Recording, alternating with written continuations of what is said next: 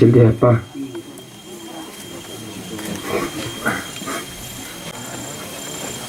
Itu ayam siapa yang most important. Hichi Israel's frontline commander and who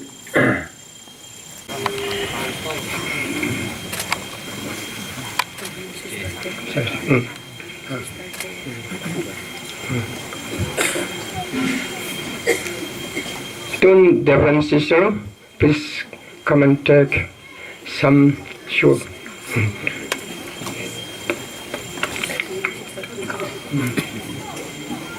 Hello. Kipat cái program chứ tu nhà tu cái bộ hiểu tâm những cái yêu phát lại họ như là ai rồi cái phát bộ những tâm là cho cái bộ số cái là program sẽ bài tiếng hin tu như khoa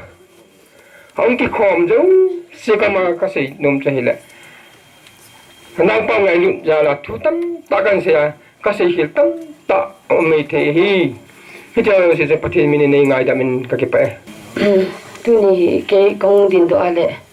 mi pitam pin in sung mi ha lo le piti ham le ti mai thi in cái le cái introduction cái bowling cái tiếng cái ho he le ho sunga ta tu ni ati pa Michael apalin unga ngam achapai thang tin din khat au min ma he tai bible sima father training bola chi hin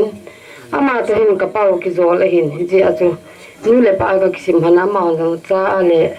mua e kisim in ya tu kyo ka relation du ya chu in so la chu se dem ka ti len so le a ho lim ha chu ka ngai jin a lung poi ka ti nei pun apa chu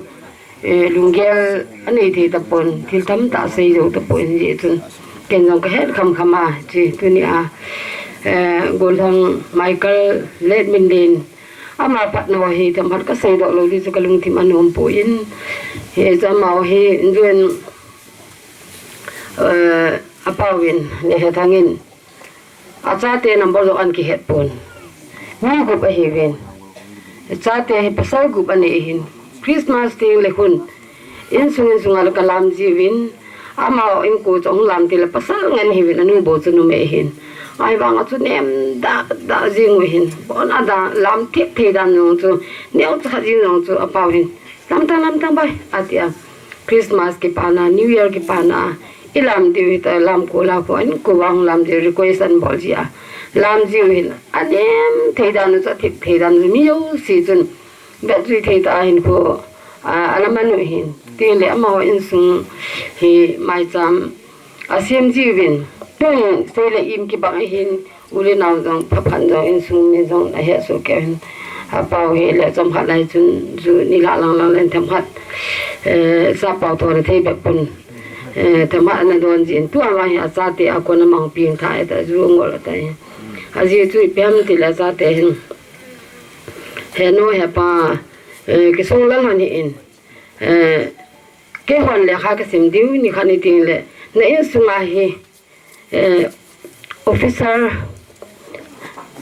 lin ta khat hom do ti hi tin in sunga chama sevin anu le pa aki pa sawin amo age lung to da nam chu ni la si le mai cham sim vin ni la mai cham sim na wa chun khan akil na chu hai ta asi pi win ta gam chu ma hin mi ni au min khan hi sum lo hin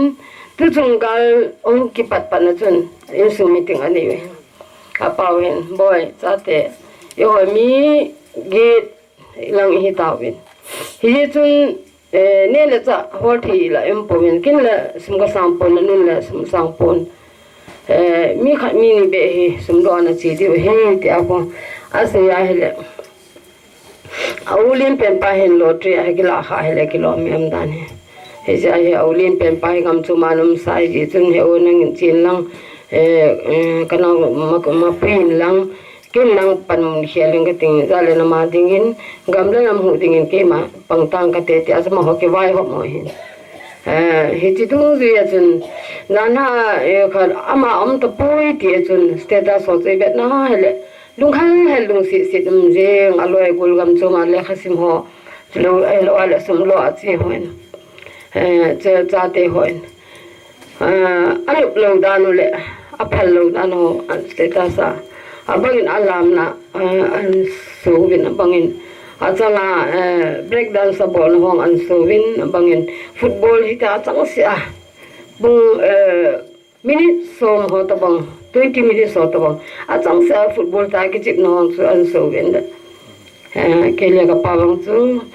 pung khan ma hai in ka chun hon hin a hin la amain benera bowling pp ho cho kum le ha ho me usi su ten ke so sita so ka ben le ke ni yong chu hiti chuni ma thelo in kom han ina kim bangin ama ho hin ko tasim hi bezim the ta hi aji chu a ki sei ngai dan chu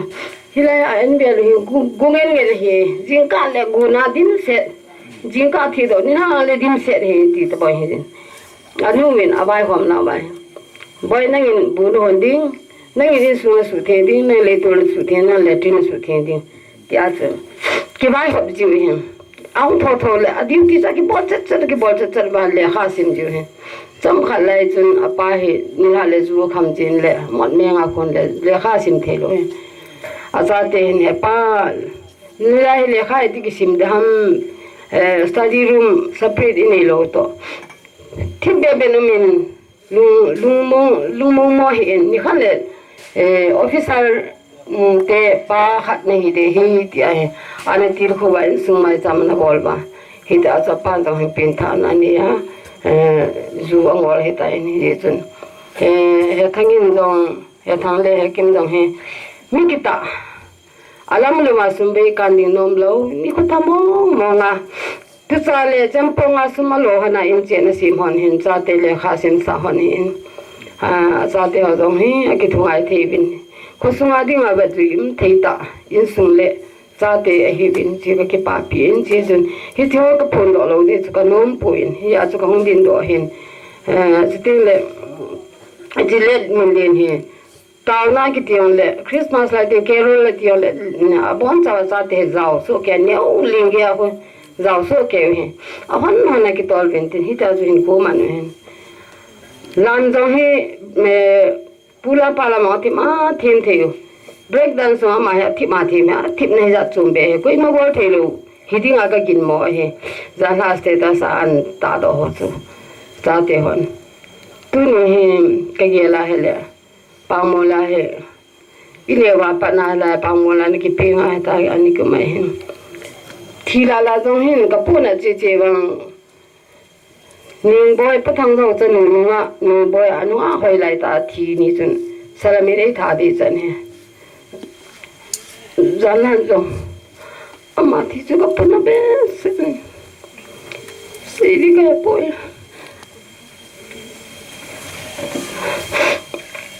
ye chun inzon apalen pan me chana thi le atin ama de sa sa hin ein ba tu ni a hin lun chang in nam le gam hu ding a ki pal do hi ti a gam la a gen a gaming in a pe a script type for na ti hin hi chang chu me chang ta bang bang hi ti a i gel de win kanomin hi so pilu na te ho tu ni jong ko hang te ho le nam gol hang te ho volunteer te ho na lu neo lo de hi pathi nei pi we aji chu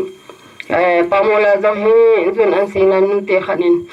bui ki pati la pana chu nu te ha zo se he ta ra man hi ke ka chi jin ka til kho jin nu te ho tha se hi bin ho hi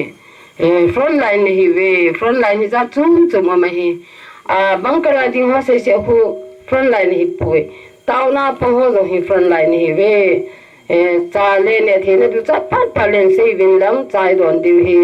ki phalam hi vin na pot tho de la tau nan man jing de he te ka til kho jin hi chu te ha tam ta ki le pa te ho tam ta zo tau na nong ki gel do hi cha te ho lu ne hi vin hi kha ne ka pu pi a remembrance a chun ko sang lam kai pa cha ho li min I mutte le mai ge hi gan hing la toy jin hi chan ge hi ti ni ko ke mangin a hi ti ho chu asain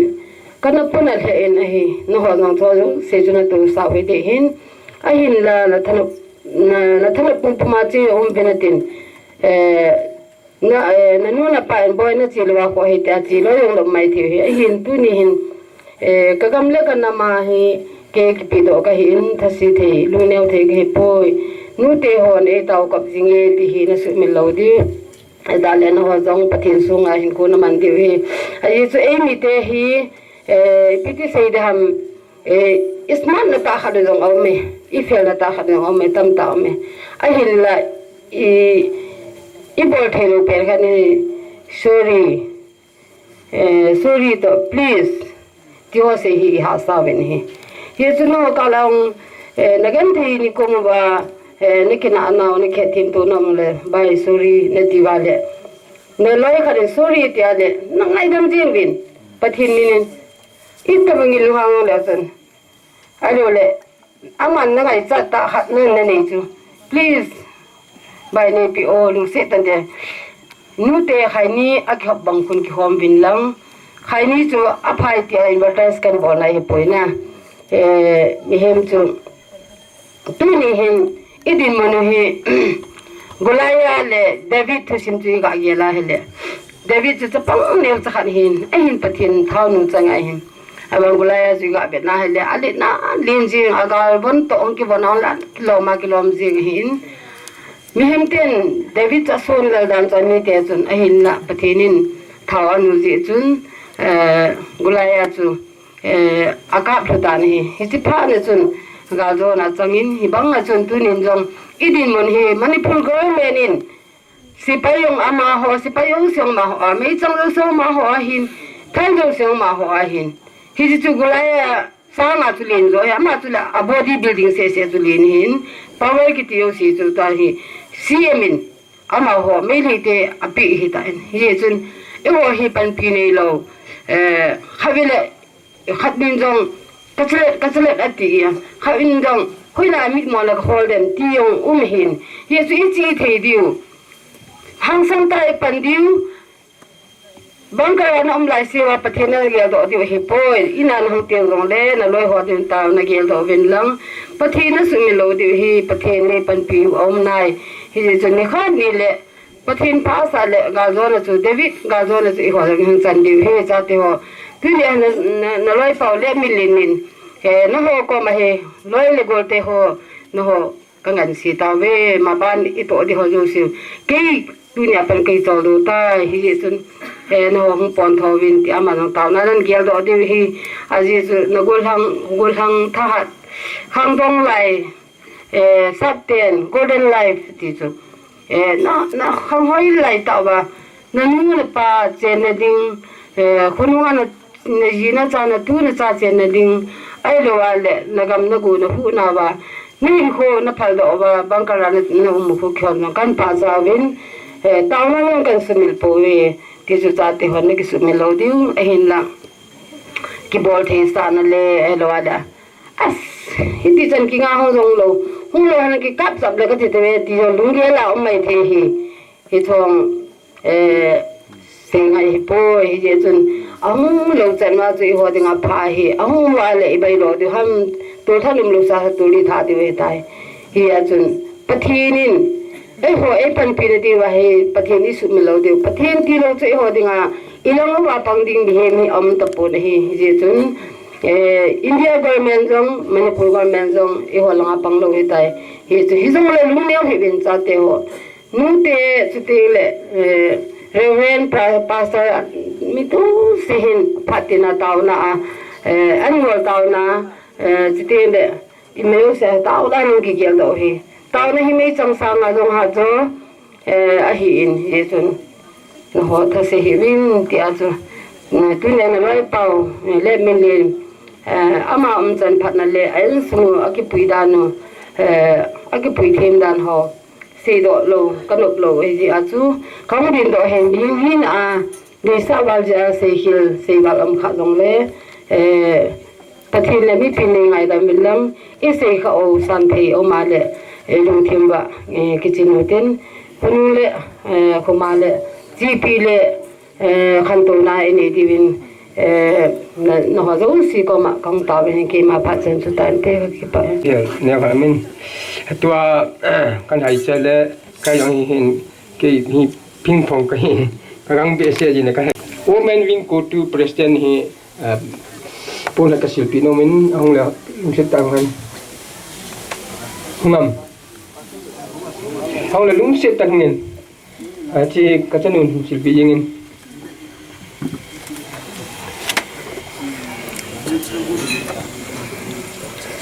อันนี้ที่หอยอย่างนั้นเราปามีนันกิสานเท่า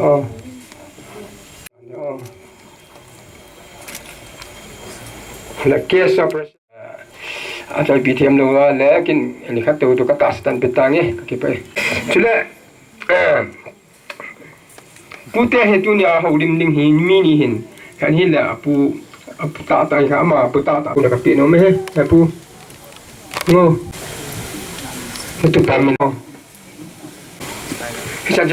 Respected Minister for Funeral, Reverend Father Bashir and Father David. This funeral service as well as condolence. Tuna hi phát dòng sau dập tánกันเอาลายที่นี่มันนี่แหละทุเสละสามปูนเตะเสียหอนที่หัวจูจนนักขันนัดอลินที่ท่านับบอลแล้วกิจายนตัวเลยเบียนนับบอลดิ้งเจ๊กิบอลินตัวไหลขังเงินคริสเตียนขังให้ตันตินบอลดิ้งโตดิ้งอีหอกตาวินยองละเสกติป่วยยองละมียุเสเฮพาดหอมทองอะไรกิหินโบโลโตโลกินในหิยงเลยเนี่ยจะพาดมันด่านี่ก็ยังมีอย่างที่บอกไงเนี่ย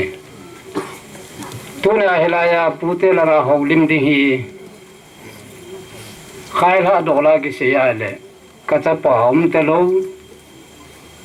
ทั้งสี่กูกินปีกูกีเตะสีไม้โลเลยลำกายไปนั่นมันเป่าสุดตัวไหนทิ้งนี้กิมดิ่งอาเหียอุปาเห็นก็อุเตหอนลาเดหินทุไลตากาลจามกีพาดินอันไหนลำปีนเอามาปาเตลาเกหีอินสุงทะเลงกงดินหินไอเห็นวางสิรุมตาขัดซุนกตูเตอหีอลิมาเมียลูกเฮดโลวตามินีเตชอนทุจิขรานิ่งอยู่ไอ้สักขบนี้แหละมีหลายโยนตัวลำกุยังลุกนี้แหละกี่หลายโยนที่ขราเสียไปเนี่ยตุจาเลนุปกา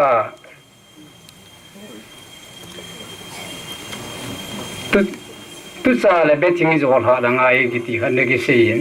ตัวนี้ก็ตัวเตะหอบตัวก็กาลาวินอารมณ์ปีงไงทำตะแคบปนลำเปียกิถงมัดปนเนี่ย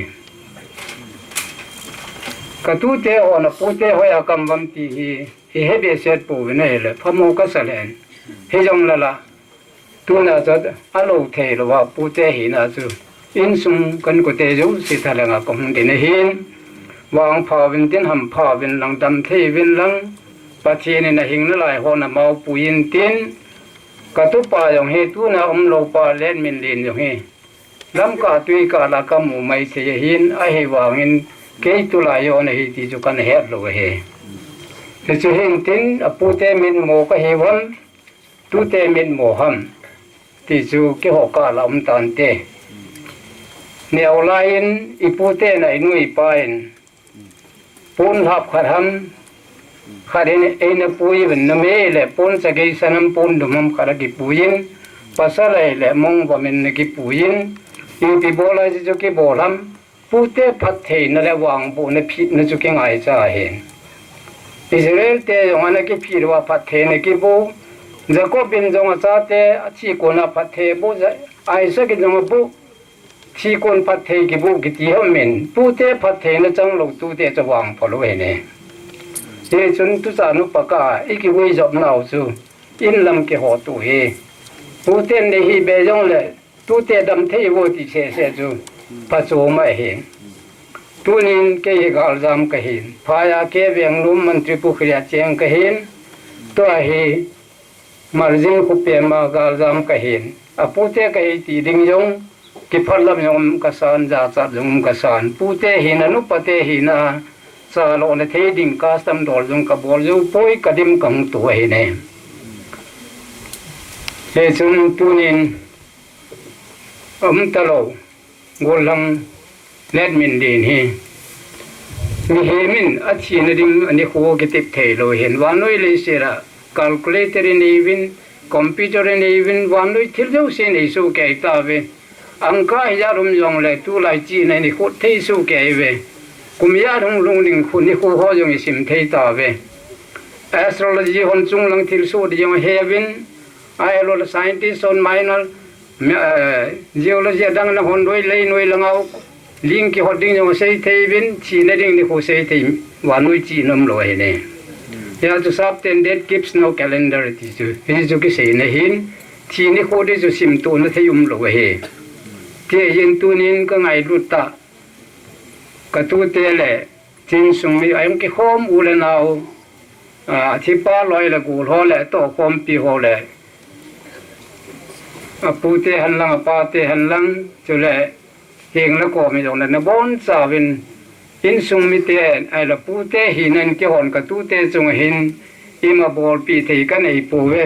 pu te hi a in ke hol ling jo ka tie ja ne masangin bible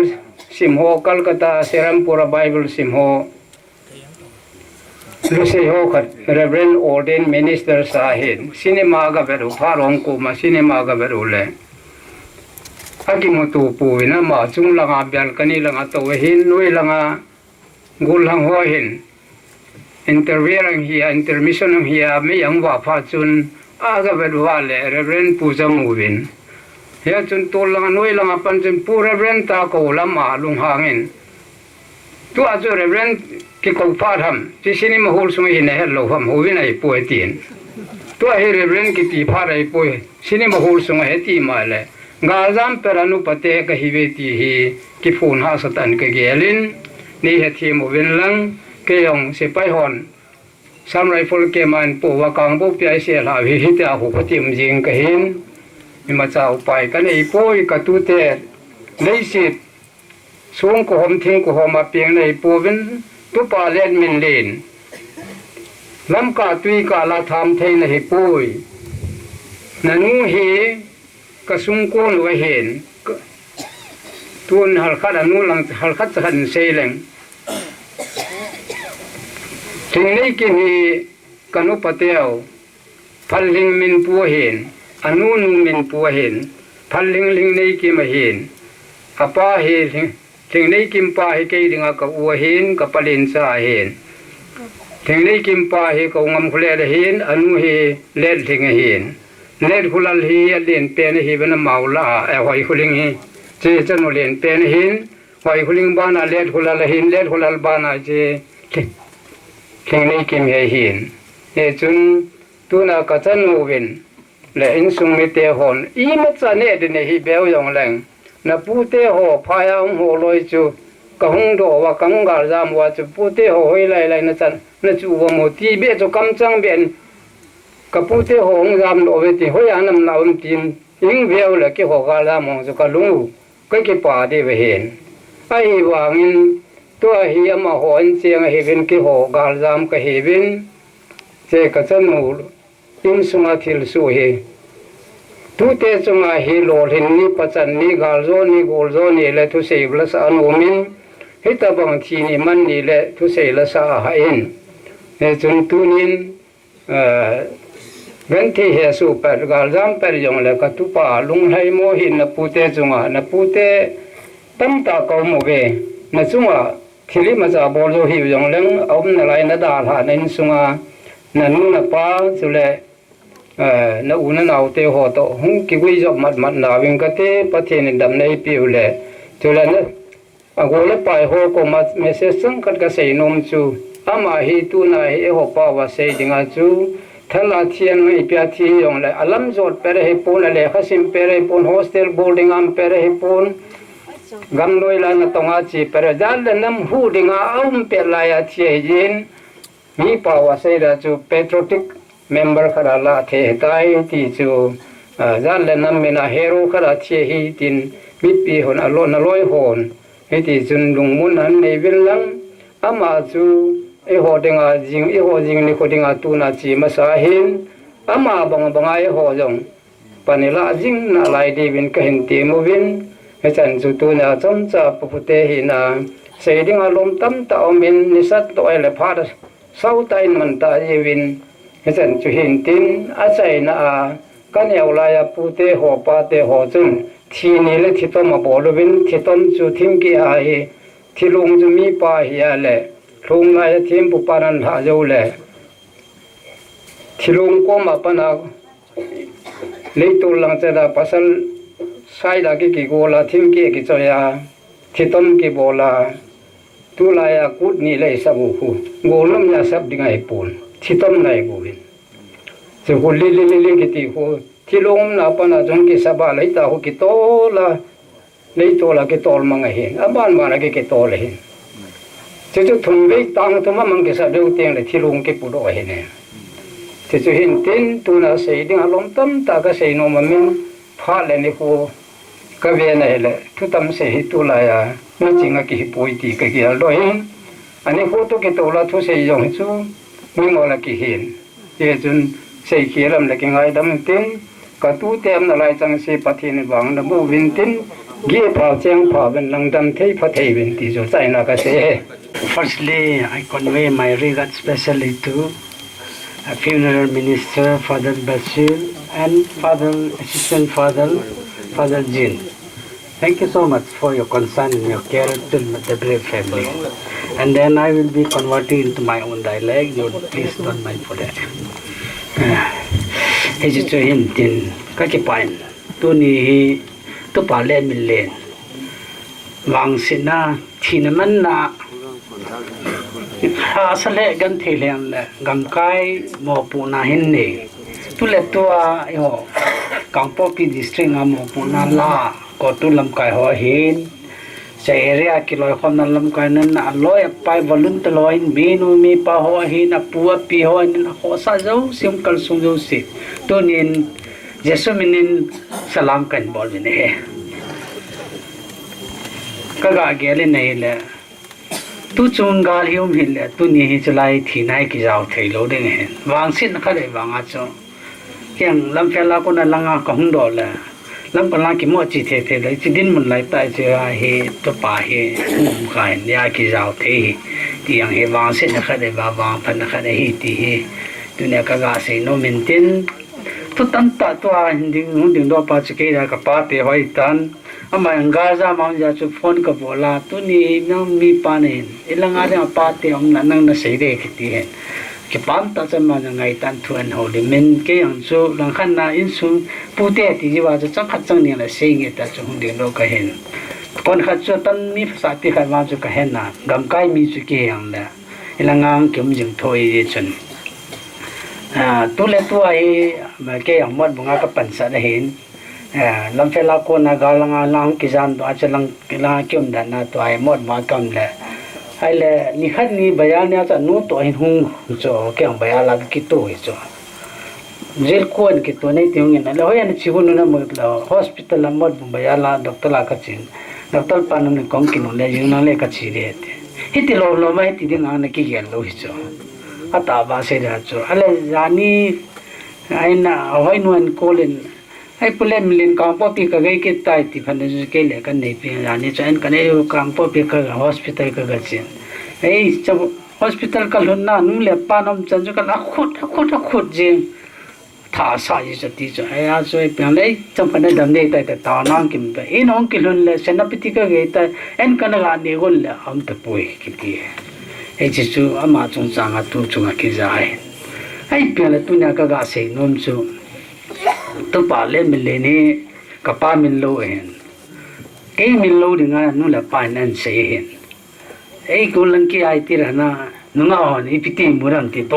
अब ए concept नई लो रान तू या के किसी एता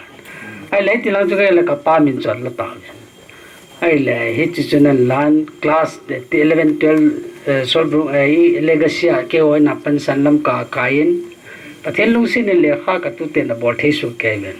อามันในสกุลเลขาสิมกิบเวสเลบเอ็กซ์มอลเฟิร์สสองเจนจิงกินเอาคลาสวายไซน์สละสังลอยามกินอะไรบ้านเนี่ยน้องนุยอาปะทั้งจุนก็คุยกินเป็นทั้งจุนจะมอคลาสไซน์ดิปันเนี่ยมอสกุลาโตพิกิจจ้ะกับตุเตเลขาเต็นตุอินเบงกอลละChrist University Catholic University แบบเฮติตาขันนะอากายินตุเห็นอมเป็นบีเออันโบเลนอามาดาไปกูลังอามาตุตาสากิบังแกมอจะเลวตัวสุมาอยู่วันปัสสิลาเมติจูเห็น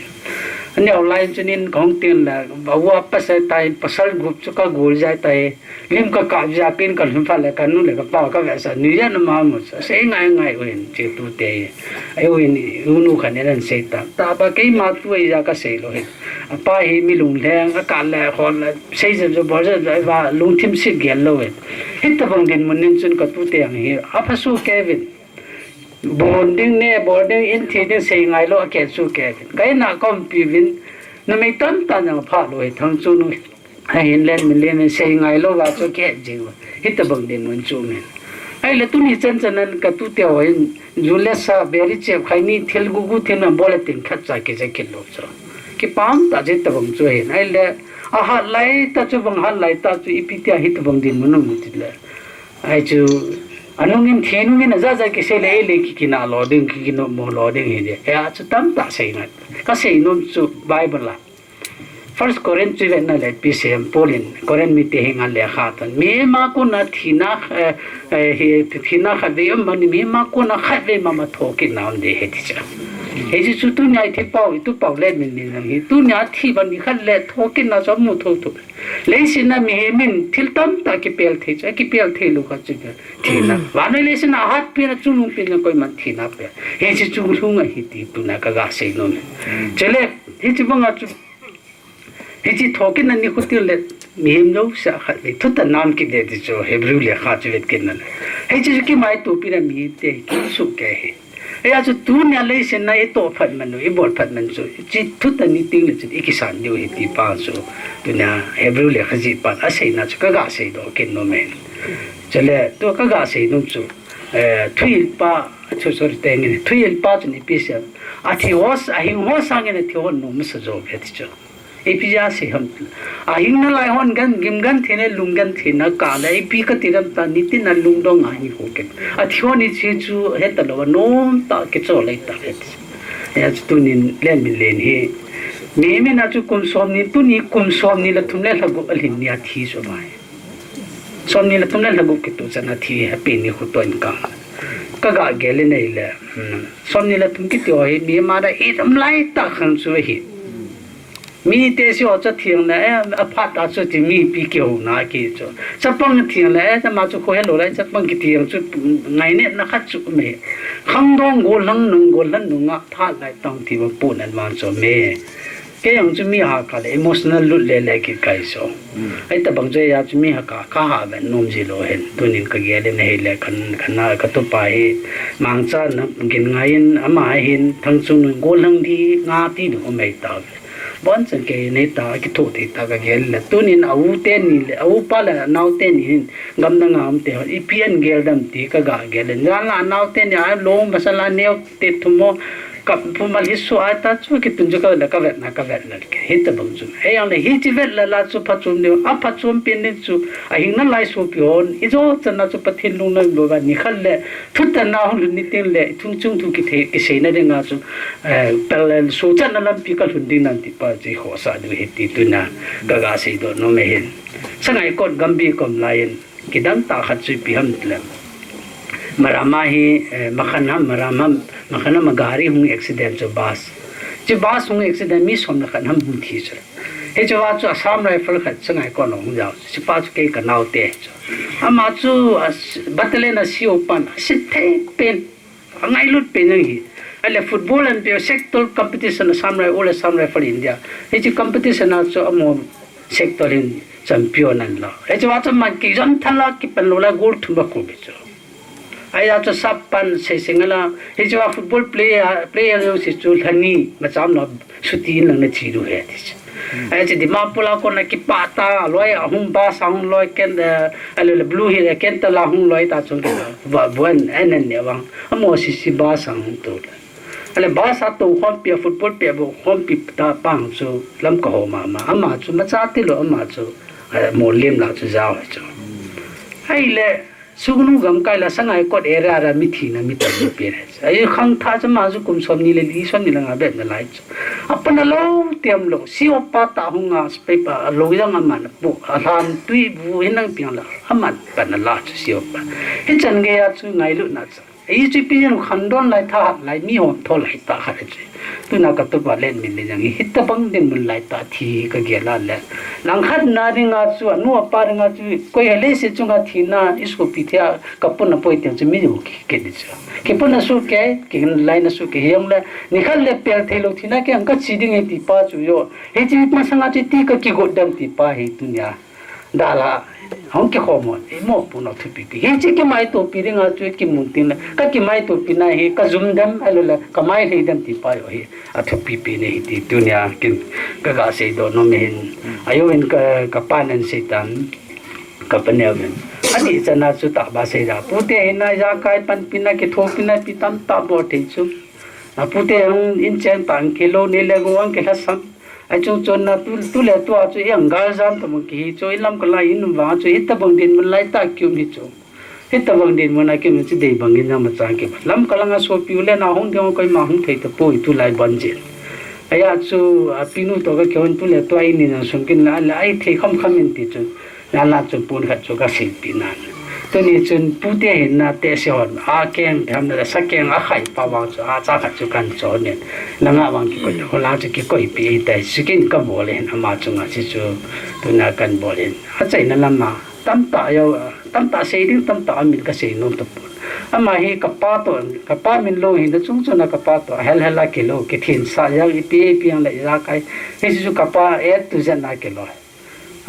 จะเล่อาจจะดันยังอาจจะมีว่ามันจะกับป้าเฮลเฮลากิโลเห็นนั่นแหละมินเนี่ยกับป้ายังจะเตบังมาช่วยเห็นตัวนี้ก็เยอะเลยในแหละกับป้าตัวจู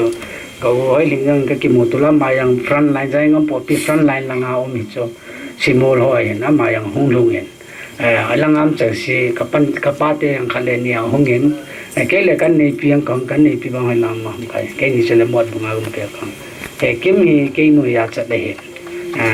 เลยถ้าทั้งโตงกิเชียงคนนี้ใจงั้นพอปีลังกำไรน่าก็การของโจว่ามันกิเชียงคนนี้แต่หลังขณะโจอามานี่ยังก็เทนลุงสินดินจะปังเงินจะปังเงินนั่นนี่คนนี้ตัวนี้เห็นจะปายังจะเตียงโกลังสุกเกิดประเทศพัฒน์บูชาเงินจันนุขยันในจันนุขยันสิ่งที่เกิดเห็นในใบตานดังสีจะปาเหตุปาเหตุหมอท่านจะเห็นน่าเฮโลยังไม่เห็นกินตั้งแต่ก็กาสิตัวเป็นอันใจนั่นเป็นก็เสียนุ่มจุดตัวนี้ของกระทรวงนะก็ตุลำกายหัวเห็นก็ตัวเงินวิ่งเห็นอะไรหัวใส่เรื่องหัวสอยเห็นคนนี้หัวสปูนและเสมังปัจจุบันเห็นลำกายหัวบุ้งหัวลำกายหัวเห็นอันเด่นจะไล่นาวเตะโกลังหัววอลุ่นตลหัวเห็นนับเป็นล้านนาวเลยนะเทปบอลนาวเห็นก็คิดไปเฮ้ยจีกตุปายังเฮ้อามาโซดำว่าที่ตำไม่ได้แต่อามายังนั่นพิมินาทีที่ว่ากับปัจจัยจู่ๆวันนั้นอีกอย่างเดียวจึงดูเหตุการณ์กันเต็นประเทศนี้กตุเต็นสุงะตุนินกาเลลิลุนนำละมาลัมมันเก็บปานเลลุงมนละมนนะอังไงลุนนานินว่ามันเต็นโตและทำมันนังสินเลยจากการพัฒนาประเทศนินบุงินเต็นไอ้สุวาจิสปานนะกินักเกียร์กินัลเลสันนะลุงกิมคุยสันนะเตียวยูสิหินลุนหินไปมังปินเต็นมาลัมมาหินเก็บปานนะลุงมนละมนนะอามาตัวกินไอจิงตาประเทศทุลังสันนั่นแหละเสียพงนะอามาว่าใจนะอินสุงินประเทศบุจินตาเห็นก็เก็บไปปูเตลังอาโกนะติลเข้านั่นแหละทำมนะไงตาสุปูติอาโกนี่ไงตาเว้นตัวโปรแกรมบันจัลกินโอฮิตินตัวไอฮาวบุงฮอพาดงฮิเดหินเฮจิจุนฮาวบุงฮออาเวเวลาเกาตะลวินฮาวบุงเตนินพาดมันนั่นกิโลดิงินกันเตเมดูดมตาตุนินิควา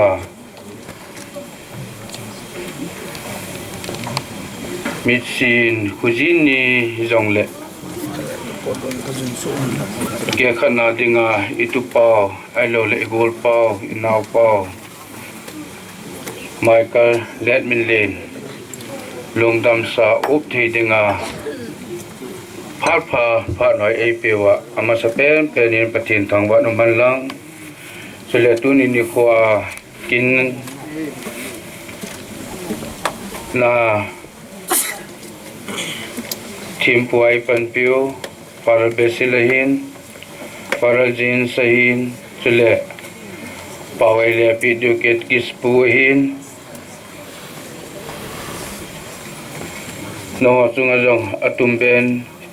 kakipana kain phungin e chule raum ta kutul hong sapu chule kutulam kai chule aku a hausa upa chule nu te lam kai ho ahin chule nang ho hat na jale nang ho hat na jala hitabong hat de ho imu the ju bin jong no chunga ki pa thu kain pong kin ne tun Letminlen hi pagul pa hi in apa hi keini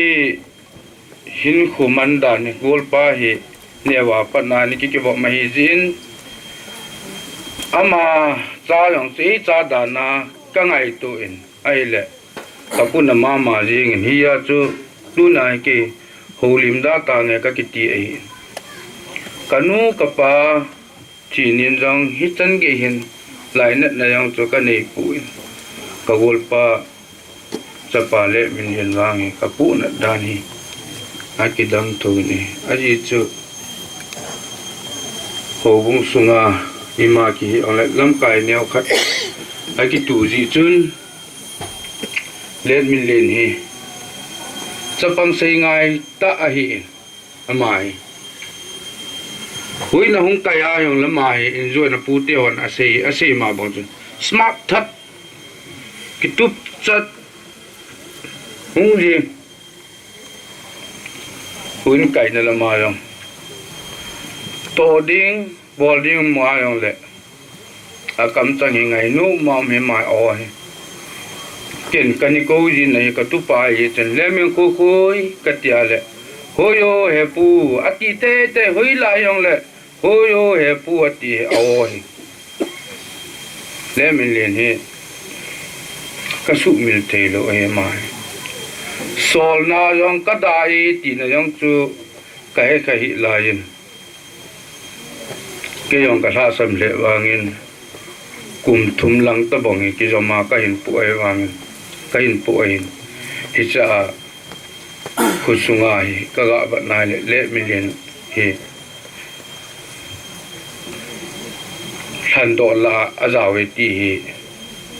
ka sei do num ne pun chu hin choi lang hin khu hon in ka ting che che ki ho phat hong ke cha yin tin na ban le women te in phat in ke la win lang aban le siwaye juten pha in kala wilang aban ting le aban na ho bung ho hung ki ting tai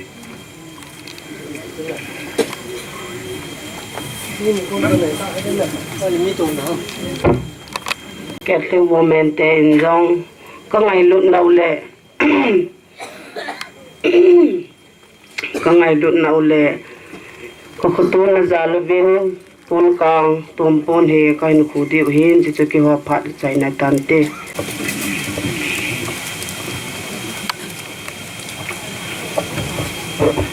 hello masapenin zading alom namnam thua namnam kai ho hin tu phat sungai boi sungwa ekibai put ndung zuiwa mo po hin chele khosong ke bai pu na dong ya ho sa upa ho bung lam kai chele ong ke khomin pa te ho masa penin kazana na bon sa kem salam kan bolen he to a ke khong den do le khosonga Pangmol club le kali ho bung songa ke loi khom na siwae hi chini kan kop de hitai na ji chu phani kan man ong ke man cha le hin a to ni ro lo diu hi chun suneu tau te ti cho hi jingen a koi ding le a Letminlen thu sei ding an cham cho ke bo hin hi chun ama sa penin thina chung yong le kewang khosung mi te ho hevin chule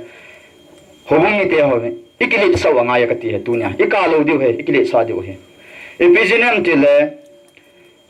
tunya go hang puni da lao hi igol pa cha pa in da lao hi khosunga dinga nammi pin awi masat pending a hi in hichi ga gela thilman tam hi in iwo chaninga lom jong hi poi e banga pathinung se lei chano hi in hi chu min nge pa no ho kap hi win nang khosung mi ho yong aloi go te ikalo di ti chama sa pena ka tim nom he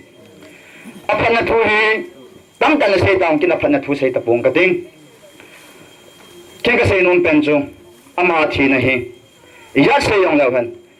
ilei se hu na thi he te ila diu he ka se do nom he layers ko ma ali ning ka ki se hanang he le egam le se wa hu na thi hi in aniel je mga ki se le it is true le se hu na thi hi in anel pening ki se le khusung le se hu na thi ti ila o nga yan hita chu ila o nga ya ti na bon ke wa ka tin nom he ve ya chu ama anu pa in acham he ama anu pa ada thala anu pa to akthi khan he mo se hi lo na dingin khusuma lam kai khat hin nan khang lai te lam kai khat hin na in lam kai hon jong yam ta khonung le nam pin lo hin nai mu wa le amo zo si ade anu pai hai mi lam lo na dingin no nyong long sit tan kanau pa ko loi pachung man panei la pi ben ti apil ka bon no me zai chun thu tam sai ta bong ka ting hina chun he chana chun phat chaina seming ka ting a hin ada la aloi gol te ho ama sanga to ho hin khusma ho hin ilung ne lo diu he thi ki cha lo diu hi khai ve thi thau thau diu hi tu pe na igol pa len thi mo thi hi poin nam pi buya thi thei chu mi ya hi poi ti hi he diu hi ye chun ki ti lu hi tin gi cha samin zam sam ki ti lu hi tin ipane thei chana pangu tin chule a chai ni kha ka sei nom chu kutu ho hi in akoi ko hi in masang aloi go ato ho volunteer ho hi bamol usanga Letminlen hi in golhon jam lal hi in mi pe khal ko umwin Letminlen dal ta yong leo mi thum mi lim na lain amo chung bum min yang khusanga golhon ka ki ba hi lai ti ka sei do nom he ye chun kita tan pamol tin chule ibol hi ala so te ning hang san tan pang leo han khawe le lo hin thau thau di he ti cha chai ni kya ka sei hin tin khusung mi te chule in sung mi te ka hamon naw le kanao pa win na cha pa win na da la na wa na ki ka thi na chule ama ngai lu na pon khat ka hu nom win e chu ama sa pen in Gl.Michael pon chen choi win lang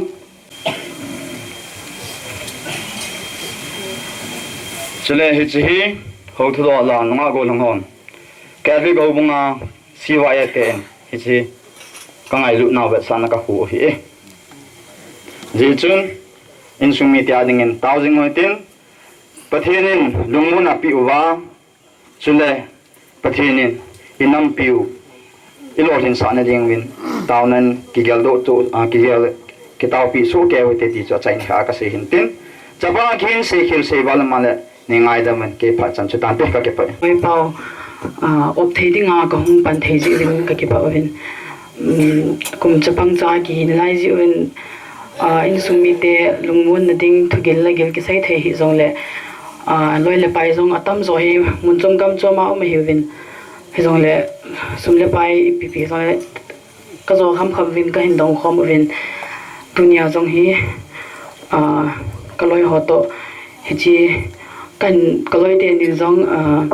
bel kang ka hin pi dom win chi in sumi te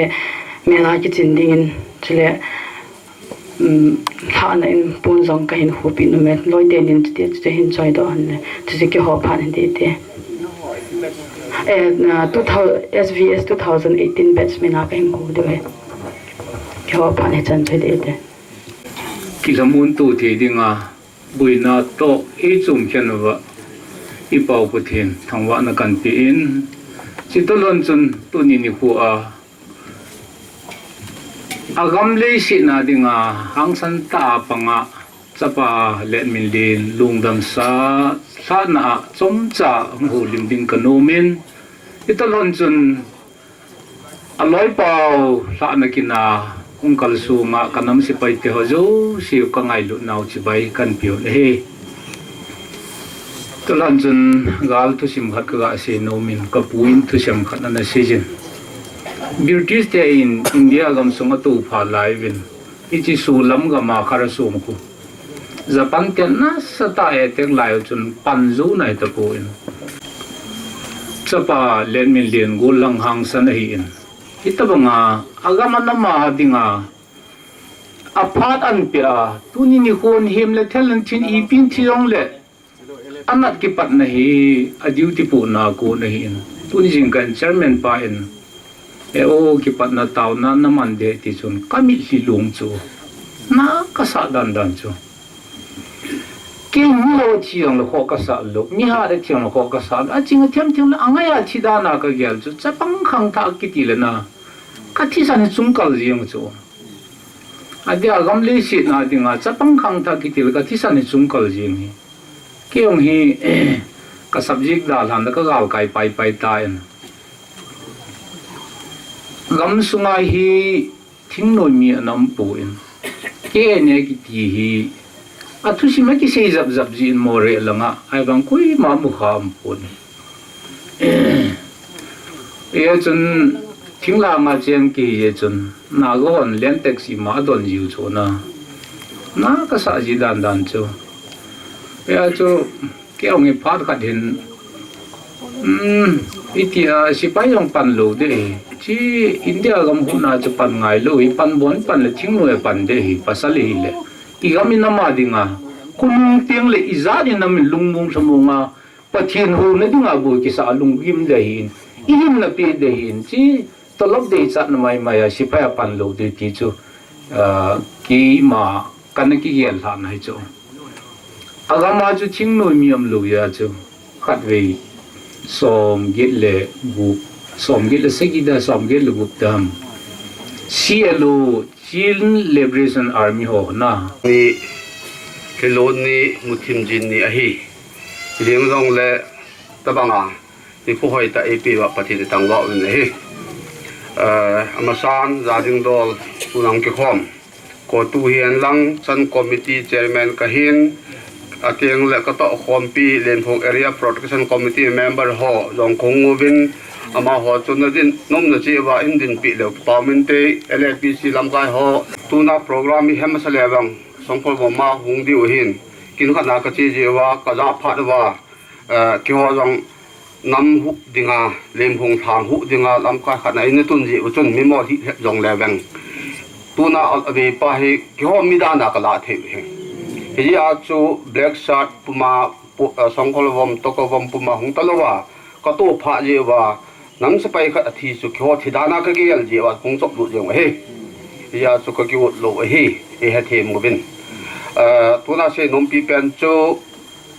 hoi lai mun hile koi kho koi phung koi chang hile egal mi koi hi he be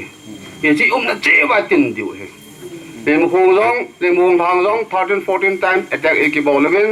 nam sapai ho government sapai ho ki ho volunteer so zalen achung to na pathen in e pg oven militan etat ke po we aban da i dam ke se te pon achai na ke ya pang dinga chu resolution kila tai tuna be pa jong hi ta banga nam dinga ke pi do hi lo lam kai pu khat na se banga chu ta se lo di ki pa pi de nam dinga thi chu mi tu pi ta he he chun mi khat abei tan ke ong ka huk lo le te poi ti volunteer ho nunga go langa nupi upa ho lo sin iki gel diu he iwang se ta ve ti mau de he poi abei pa abei tan pathen akila tan pathen ko ma ki chol do tai ama wang ke ma ahing na lai jin ong ka huk angai ji ti ilung sung wa ikoi diu ka tin num naw ni ve chan se tan tin pha so ta ka mang nom pon mang nom jong leng LPC lam kai hon ka za naw ka ngai lu naw ve sa nan phun khát chú có phun nôm cái thì chú có phát triển tàn thế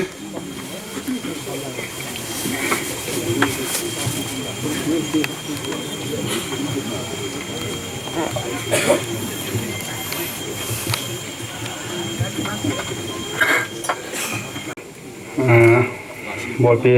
thầy ông tôi liên tạm cho cái này bộ mình kêu nó dòng là ngày lúc việc sợ là thiếu tàn tin thì sai pe khu mi cancel pin om bien nó sung mi ten mình sẽ ta nên san pe thì bên bên tem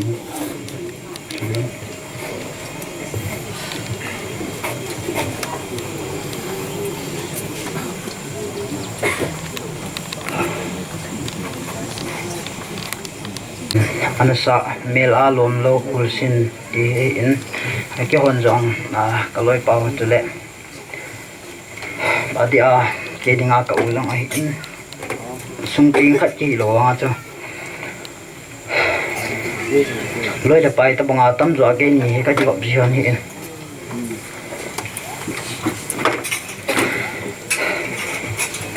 ama thado na ta goma itelai kain sa ande in kasi num chu Letminlen nangin rong na dam mo line la kaung bi zuk pon itun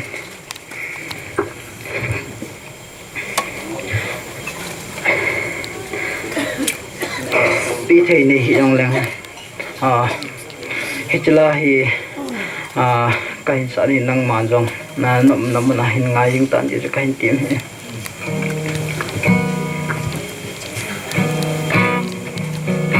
Mela lomo khul sim na chân sinh hi tông đôn thế la na hi tapoi go xin sung ao bằng các miền atong vang khô lại ra xin sung lại na Gl.Michael adab dấu ta chúng thong vana kun hin ve timo sit le mi hi sapi na lam to na ngay lut lon hi puma ya na zila oi ze vang khô lại nu lệ pa na siêu không sinh na tôi đôn lại một lem u đô viên thà na thiếu pe soi na Longdamsa chunga chung le puna kipa mai so lâu chúng tham vana con hình về timo sẽ lấy mi hi sát pi na làm tu na ngày lũ lũ hi puma thà na sẽ la oi gì tâm lại vang khô lại ni at song mi gì lên không pi na u na nao chinh kít trên cô nô nắng lâu viên mong na viên tem thao la be hung lên không pi lâu đinh na hi chúng tham vana kun hin ve timo sit le mi hi sát pi na lam tu na ngày lút lút hi puma tha na se la oi se tâm lai vang khô lai ni at som nghe se na lên không pi na u na nao cheng kít chim cô ngô nang lâu vin mong nào vin tem thao la be a hung lên khom pi lâu ding na hi chung tham va na kun hin ve ti mo siết lệ mi hi sát pi na lam to na ngày luôn hi puma tha na zela oi si ngày luôn hi puma tha na zela oi si kêu chân rồi kêu phá duy chân duy tan đi một sao đấy khát sang khát cái hay khát nó men lâm còn lâm mà api neo api anu đền tiêu cái thầu về nó kêu đắng kêu thầy phun tiền sang à chú cao ngà cái này tiền cao ngà tận chỉ cái riêng nó là cái đó là cái tí đẹp thì chú cái phun phí cái bài chân chân nên năm pi mina molema năm pi gol thang ama chung changa committee hon phat inei sungwa hi committee lamkai zo se ama langa hongon lang bonsai i ho phat sunga hi ama ngai lu na ve sanai din diu hen volunteer hon bon wa dingun lang lamkai hon nu te lamkai han lang lamkai zo se i din diu he kan kan te movin tunin ta ngày lu ta ka hom tho to ki ho dinga ka chapang wa hin tuni hin lom lo ta in da tha nau suma hin ichi programa hung ka so hung zawa adin dunia kin tim puwa pang din te ni father te ni seteng le holam kai ho seteng le ang ka khom hausa upa adin khosung hausa pu nulapa supiuna nau teo zo se committee on tribal unity menin kangai lu nau salam kan bolo be tuni hin ipa ka panuai pa ka sai diwam ti ki hoding ng ha pe zingin sopi it lai ki hondam kai ma zingu be dunia ida na pau i cha pau nau pau hi cha pang sei ngai hin suteng le dunia aman na gamlen amadena ahin khu atsan hi tu chung gal in nei wa i district sungwa gal committee dinga in simo committee on tribal unity hin tuni hin zana sam ta kapilin in sungni te jam tuni hin na ho tu makila hi unlang na ho sa na ho nau se elpon tunai so ki pau hi nampi sa hin nampi volunteer hin nam lana ma dinga tunia hi ahin ko aphala hi ti hi isu me lo dingo ben kan pung do nom la he tuni hin phat hi akino ta zen tam ta se pung ka te department dang do han chom sa sa an bol de wa hin tunia kan se do nom pen hi dunia awi talo icha pau na pau hi azon ji ekize tena lo lai aneze akham ja thi ai poi dunia gamdanam angai lu ja on duty hi na ta sa ta mon an ne ya thi hin dunia hi nampi mina nampi adinga thi hi dunia hi committee thalena kan phon do he dunia ama ahin ko atisan gamna na madinga ahin to do na hi ama thusim hi lesi kisai to ka a inam sungwa dinga mangtalu ding nampi rikona ki zilu din hitai ti am kan pon do no na he izehin insung ni te yong ilung hem naw ilung nat naw pai hau hitin kachapau kanau pau hi khununga tunia kuki zo saten idimanu separate administration ki vaipo na tum muna dinga ahin ko apat hiti lau hitin atisan hi ilung tumu mu so na pangte ding hiti hi ikinep nau hin pathil jam pate bo hen lang nunin kachapang pau hi ke hon ima cha bol thei ka nei ta po ge tu ni hi zong le committee ho zo se minin tuni hin Longdamsa hi kahin khu no movin nampo lawa ichi kahin khu sai te mole defense department hon phasom khat laki nin tin women hon ja lanum na laki nin tin somsa sa asai na le dunia om talo nampi gon thang nampi mina hai khu kat do pa he nampi volunteer hon zana sang pen chuting le gan selu an bol di hin tuin ko hompi hon pon chin so yun tin mi je hon bon ong na pon chu khu hitin mi chi ki sai teng le defense on pat an kila pai do he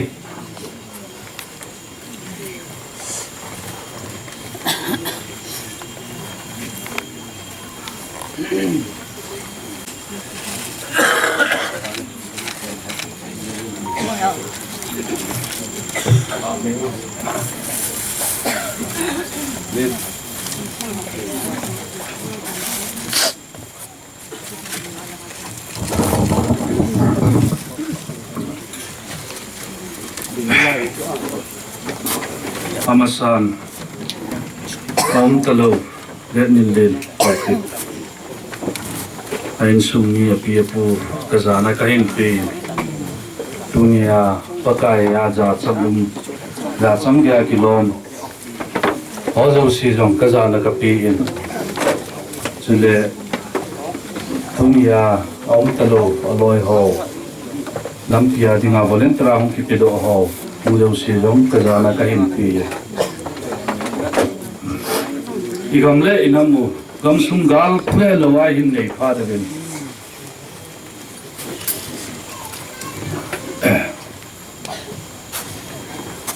gal kat din hi kichu lawa gal kat de boy phanin defense department in khulhanga kisamin akhuwa bulhang aung kisamin training na bolbin amasa penin betsli na umdin mauhing angki joy and sumru high p besanom de eche akun hin mi tamta training a bol wa hin thanu busana hong loyo min tuni ko in abon sawan atam lo akimutapu dunia hi angai lu chengi tu chena hi igamu fu a hi pangna layo hi zani in za cha na yong chu tamta kanin zana hin Ketua Chairman Pala Secretary Pahin ai poi I volunteer ukhat analali ahin tin yo defense department ho hi program kana ka yaw pero hi aning la ki ko do win Pangmol Letminlen iti ada mo iti ni pithun herwan katile haptama sa chun ina hi dam mo hi na serious bi ase hi poi ati win akipat na hena serious lo chu da na hin chi as communication gap om de kana hello o heta ai le chipa ni da ai le adam lo pa chu I chen hoi la ya mai chen pha tam khol win ka ti le ka he jo minute nga jo wa be ka ga le sei di ka ta pun volunteer laga mo po defense la mo po hi na in ka vet man lo wa be hi more responsible kalan tunin pute pate aho limhon na sei do lo wa men ka he len sumi lung no moi ti ka he I bai lo di ham yo thip mo yong hin tin a thi tho yong le ka ki vet man lo chu ka thip mo hi nu te pate ho nei ngai dam di vin adam mo ho lo se hi mol chu ga par an ki pui su in medical department phate na vet jing hi in ama hi tu ko ga nung khul la pa ho lim na hi ke hi phaile ma ho ka che po la boi khalom ji mong tu na ka gal be tho ji hi khabe ka che la firing au min tu chunga la sa ma hong kum su ni oi mol chunga ka kal le kal hun ma sa go chu ti chu le gari kal thei ta lo ke na ka hun no hen ke na he kong le do kho mi di dan hen ma to hen a volunteer ho ta chun a ki ha go de set ka hi lo hi chun alima mel chu ka na he ta pun ge la le ke ho ding ong chun za cha le mai mo chom le en a ki jan le a ki don lo to a ki lo win chi hi pile pu pa te ho en hena sa ka bol lo ngai pun ti on het wa cha pula cha an lel pu doctor pu na ve tiu la pha pam ka ne tiu le nan ha chairman pa la secretary pa ko mai ku na tham chu ka he pun jang ha ma chu thu ka ja le ka ja jo wa ka khol pa le a be ka ja pa chu Longdamsa chen hospital lang chu ka del wa wen mi yong ka mong am ta pun za cha chu aum the jingin ta ge la le sei ti yong ka he puin ai pi le mi he za azam do nunga tu ni chen ge ya ngai lut na nei ta gam le go hu a hung panga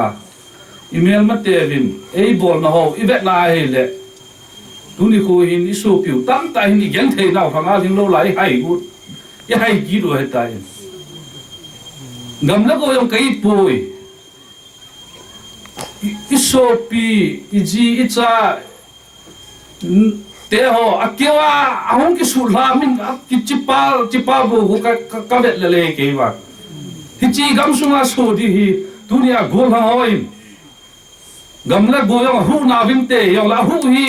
i so pyo mi hem ho hi a hu hi alle hit ta bang hi man tam kha hi duni ko in a thu si mi se yu le a ki zen lang long chu problem mi hem chu hi mo ding ni ko le chun a hi mo na chu hung ke hi yong le i chia hi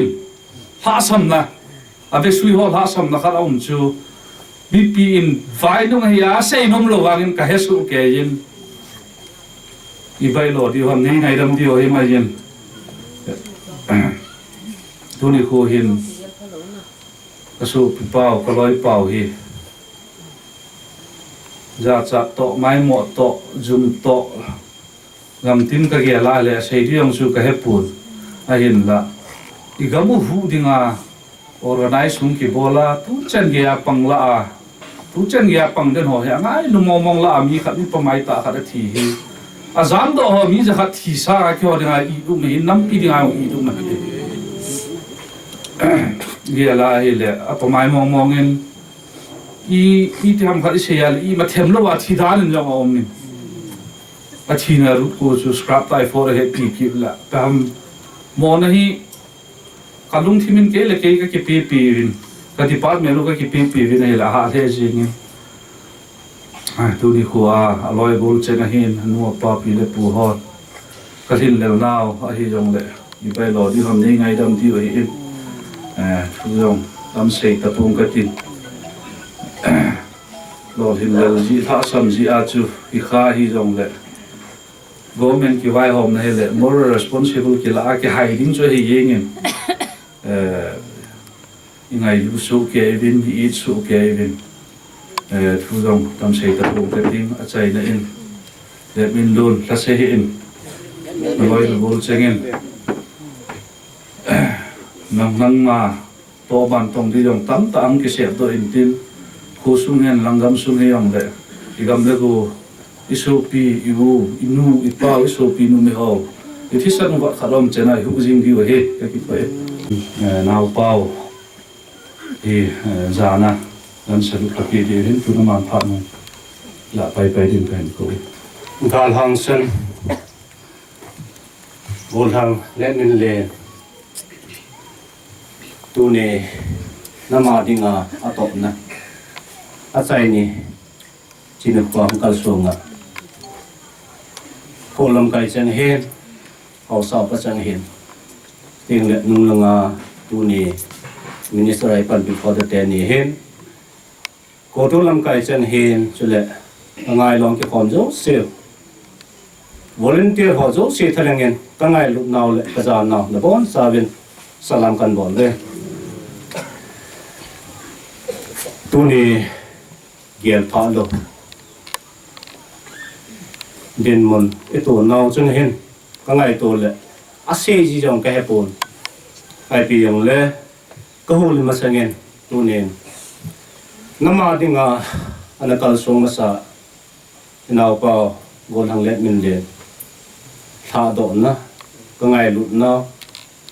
bet sana condolence trong khat kan man dil hen ton pi le command pa in phat hen ken anten ma ki chai ten ken phat mon kan la ki de bit chu sok nam pi spy nam pi mina mo lemsa gol hang Letminlen zana pet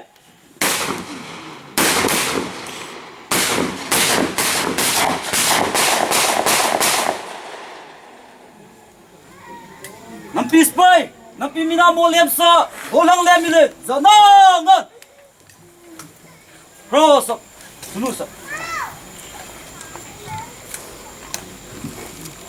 nào bao giờ cái bao thì có tạ sản lên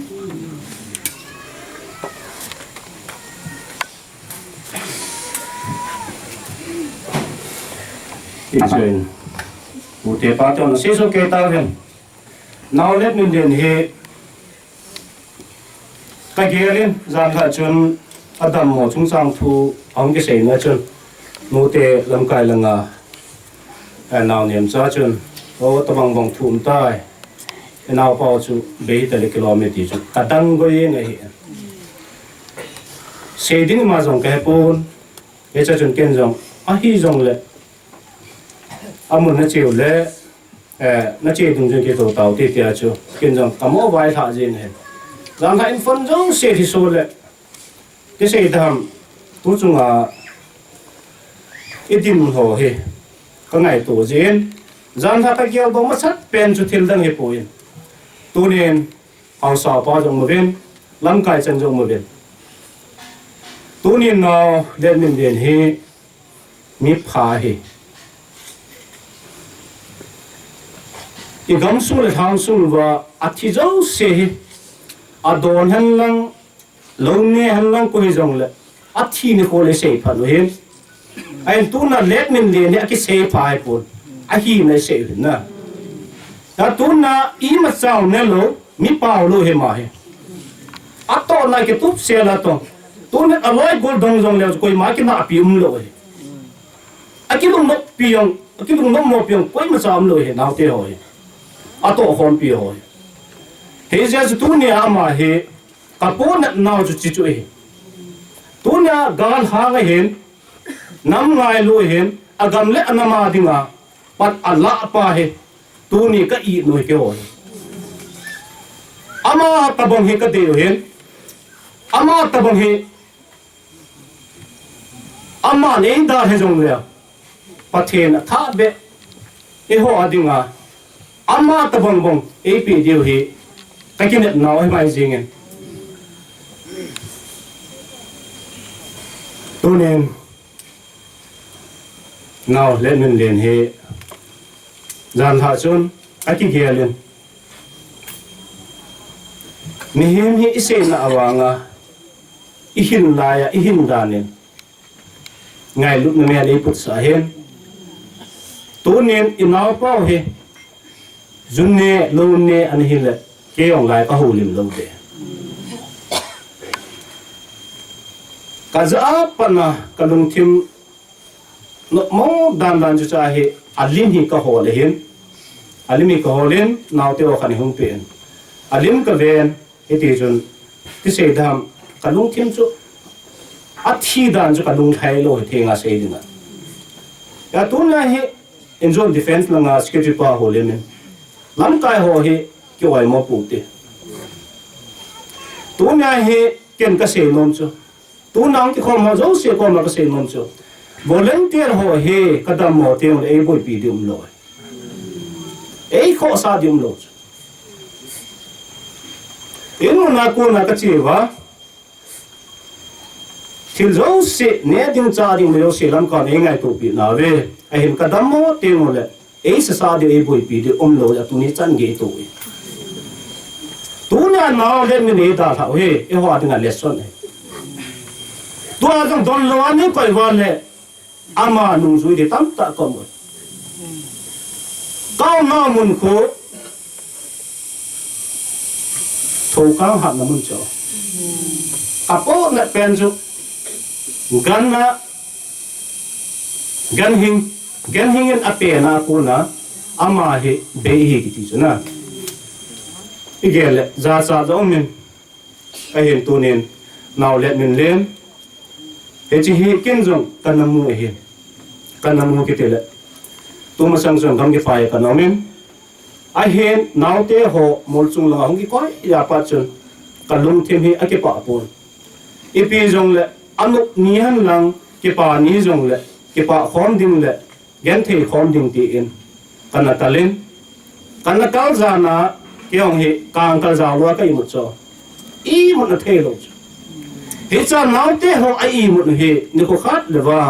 chi he agum lung de ti he kamu sai azena thajen ken jong ka ute ka naw te ko sum mi ho ko ma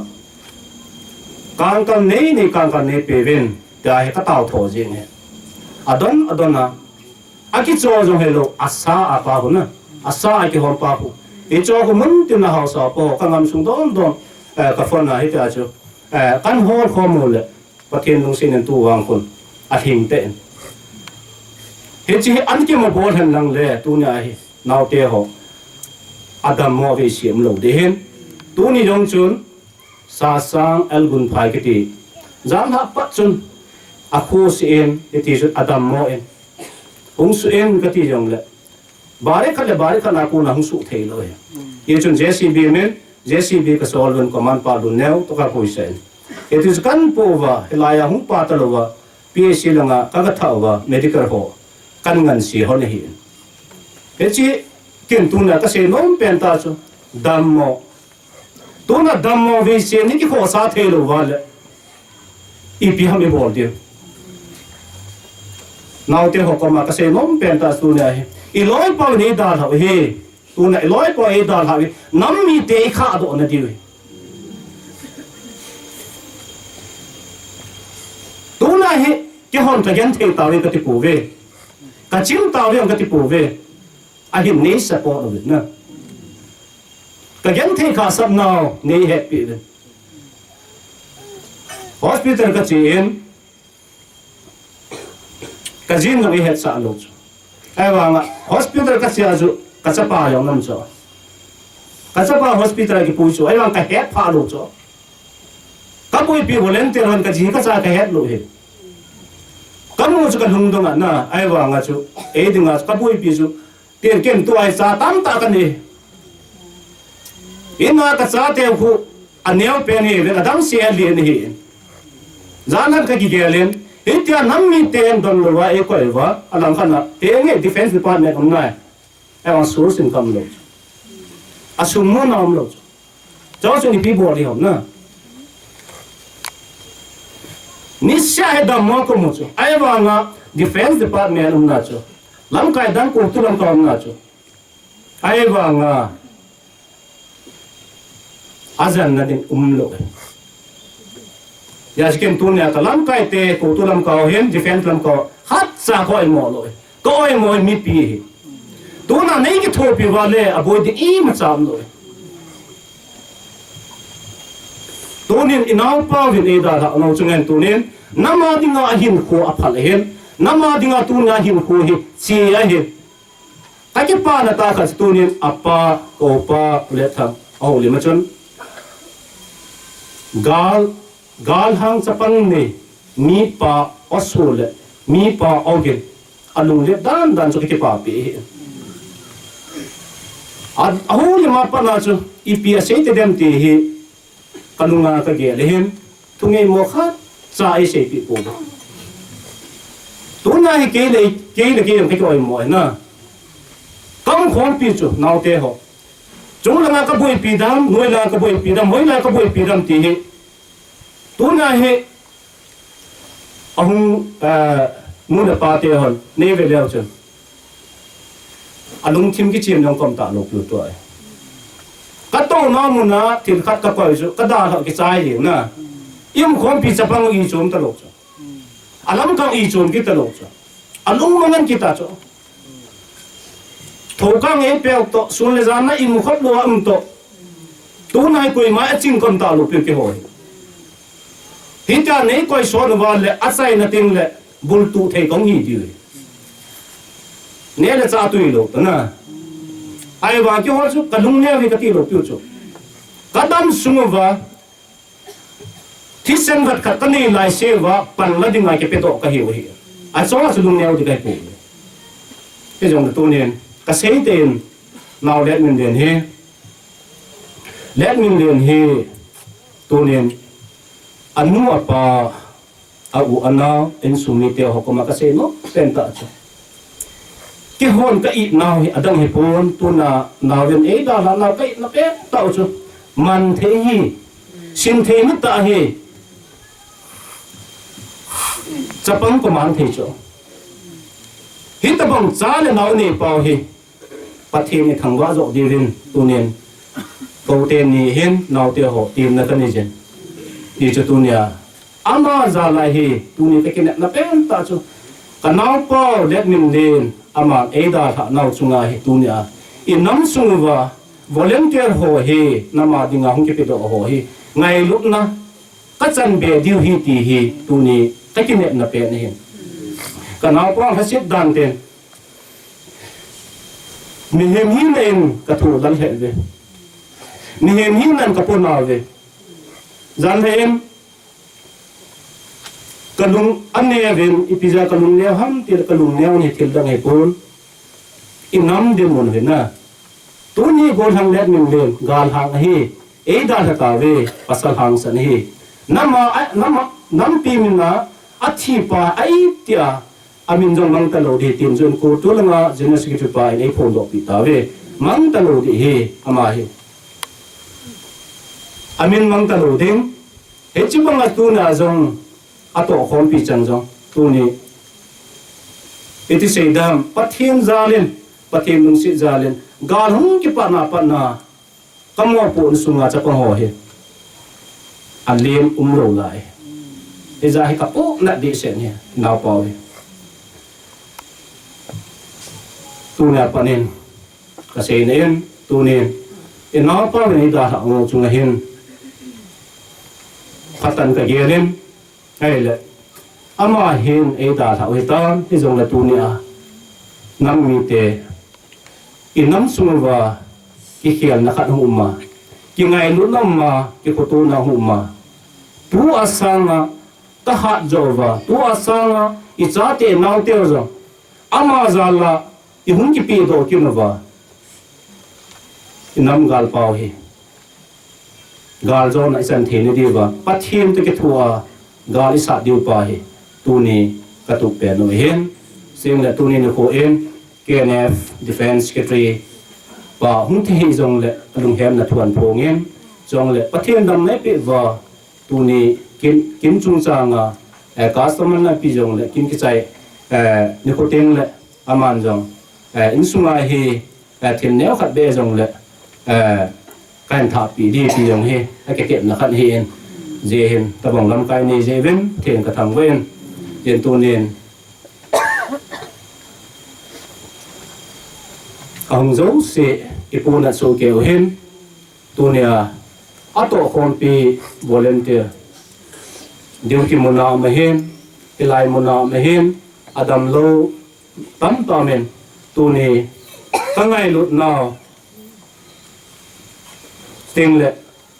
tu nia in sum mi ten tu ni ke ho hi tu ni ina pa e da la tong le naw te tam ta ni ven lu on mo lo deu tu nia naw ven e da ha naw chung hen aden ko ke nam mi te ting le ade a VVF village volunteer force nam pi volunteer chengen kapon naw ka ngai lu naw alwa le mihing ka hi na wa achunga bol khel to khel ani kha kom wa jong le pathenin e ngai da mu venten yen tu ni ne ho em thu tam ka sao se je ten ipi yong le ming hin a ka se thing le tam tam men ten jong le e ngai dam lang ki ma pha sen tan te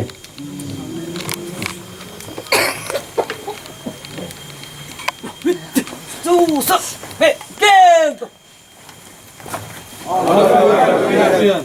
bol pi win amho chunga ki pa thu sei win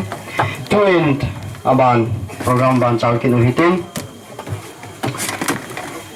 to he haulim na khat chila kin hitin hi chu kotor ho sapu akon hum hi di hin kotor ho sapu apartment ki loading kain ko we tuni minister ai panbiu father Bishop ting le Reverend Father Jane, Sister Hall,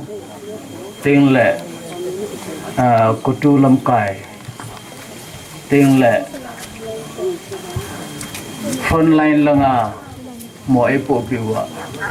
giả ông ta bù hè ngôn, tiếng lệ tu ni atipahi cái tiếng cả tu hiền tiếng lệ mà he Haokip lại ông tiếng ngọ hiền tiếng ngọ bul pipa cô mang hiền bana phung khai sunga ama bana ta họ em pa hiền tiếng lệ cô te họ hiền kiêng là ca nga họ sao pa hiền lâm cài ulenau in sungai lua hong kalsong tiếng lệ Letminlen loi le pai ho volunteer ho na chungwa kakipana tiếng lệ kaya nau salam kahin bole tuni thutam taong sei tawin sei diong zombe se lohitan ka sei ding jo se ka lunga ka gyal do jo se nan sei la tawin ahin hau sei na chu phat mun ya chu kong din do mai hin kan sei nom chu neo khadamen ni pham ti ai la apa nan sei ta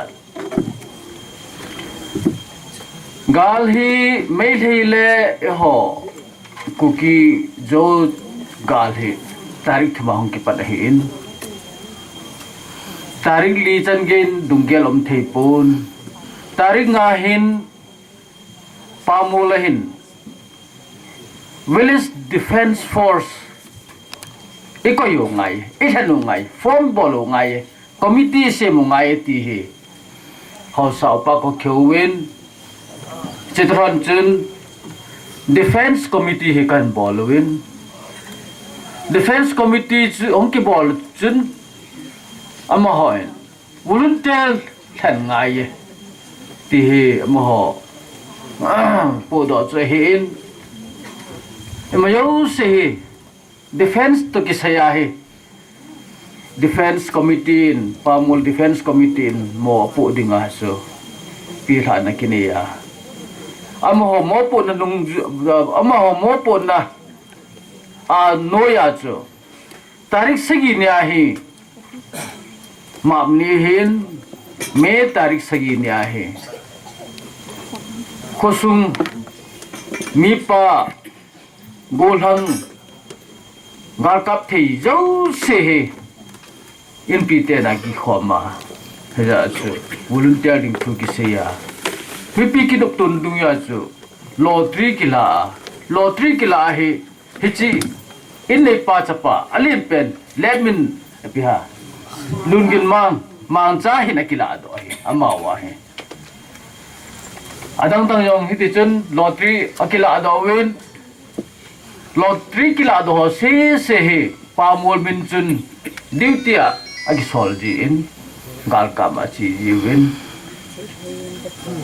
ahele cham khat ahum chi ahele junong hitan chahin training body in titawin ne yong ki phal saptan le thang hin hapu kêu hi mi tam te khi win en chang ke ji nia ki phate khe po win hitia hi ko mum wa le sẽ mai đúng á sum kilo kiki wa te su sum lo đi lom lo hitan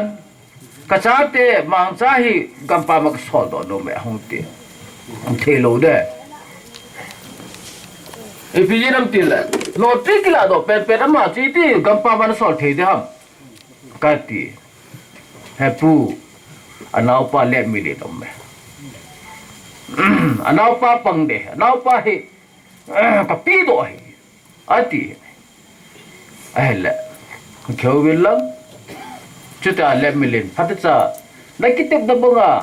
pangdinga nakinup to wa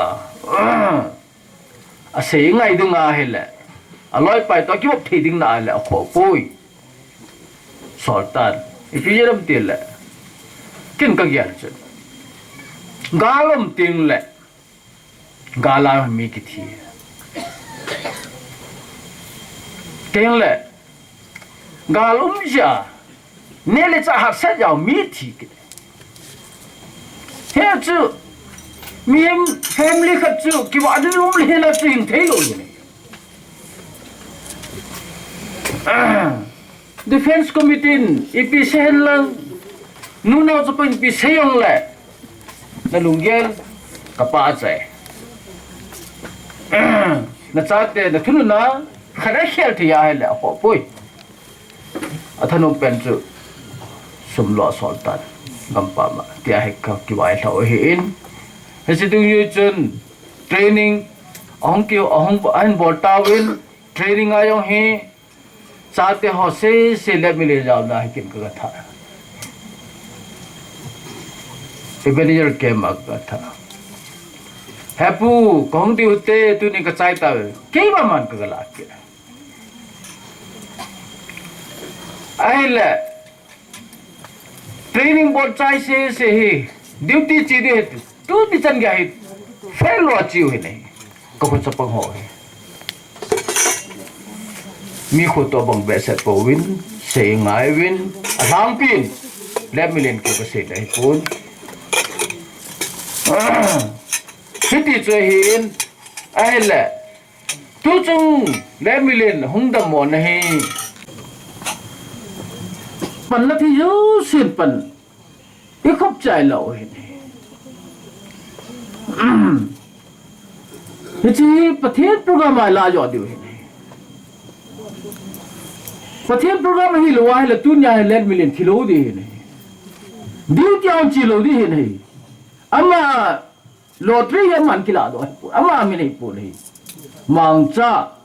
au pa mina kila do hi hichi ong ki khel thei pa jo pathian program hi nei tu na che pathian program la du hi nei nikhal en suma hi thilo pi ong tu na thei dinga hi hu yong mai thi nei mem ki ti hi mem hi na hi yu chai dam thia ki so lai le mi ki phayo lo hi nei ye du chu mi kha da sam hi cha te adam na lai ho kal sun be ne di mai thi nei he chun pathian program lao te lung thai hu te he chen kin tham chat akhada ko tu secretary parliament tiếng lệ năm lâm cài họ làm bên ai thìจะthì đó làm bên mi thấm ta có một phút này cần xây xã hiện SDO hiện ADC họ hiện các chú bị xã hiện các xây bên đó chứ health sector à là sao vậy the district one health sector là sao vậy hiện thì bây giờ năm tia là cái dòng hệ bồi dưỡng hệ cáo bị civil hospital ako ni thum lang ni lilang dalum kahin toilet chi na the hello i macha asu sam thelo health sector la sam dan that zero hiya chu scrub typhoid hong go hi health sector la sam lo ai le Letminlen thilo de hi ni amana adan chu phat cha ki ma do ne thilo de hi ni health sector la sam ya chu te soyong asu sam thi be se lo ting le hoilang langa kapoto ni chu lalmo mo hene kanun thunin phate chan aten bolwin drip ho khaiwin anu to pa to teng la nau te ho to kahiwin ai le ken ka ki son pi chu gamdang akuna kaung pi district Dr. Thum Chuchampula district the district Dr. Thum Tenopal Tamanglo akhada khulanga Dr. Thum Ames Hospital Negrims Hospital Hapuna Huho Thema madu chotga ki som pi ne ahin theme ve man cham lo chu paim lo hin ultrasound ki lazri a chu kahun khai so pe ki rota ne support me na kong lo hin ya he health sector lo ni tu ni nampi ikha do ni hi halang ting le hichilang hin sei thei hin bol thei hokoma thuding thut thei hon jong thut tin igam hi medical line lang health sector lang tham cha upgrade ibol lo wa ichan gem khan na operation chan ge i district sunwa he ibo thelo wa he le dunya he tuni idin mun hi ma cha he lo hi nei me tho iki kap to new le akap hon mi som nga ka kap li we tu le am hodan pho le mi thu ma thi mi som nga ka kap li we til mi thu thi tu so i bi of health sector ha oi aki kap pho chu aki po le hospital thun le min asu da mai to hi ka bang khat chu to khalawan i pi ti mo mo di om lung don mai he as health sector ati pi pe ne i kom ba hin le in sumite ko ma ka sei nom chu isa pau inau pau athi hi e ho sang sang nam lam kai hon e ngai lut ngai lut zo le ahom tho zo hin he cha hi iki hep du pathena lungmon na inai du hin teng le chun in sungyong da mintin teng le yo kan se banga chu cha te yong lu neu sa lo ding to hi hiti di tai padala du hi le khas bar sim du hi ti ding ai nahi teng le ko tu lam kai ho le nau te ho ko ma ka se nom chu Letminlen ei da ha tong le Letminlen hearing khat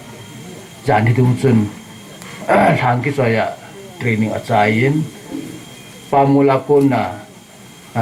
duty volunteer la train volunteer chu a number sampon te ti chu ka phun doi ke pai kaloi no to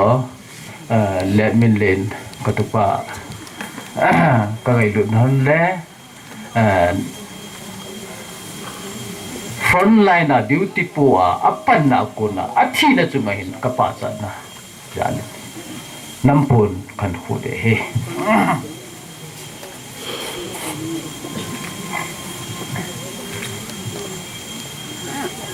tunia he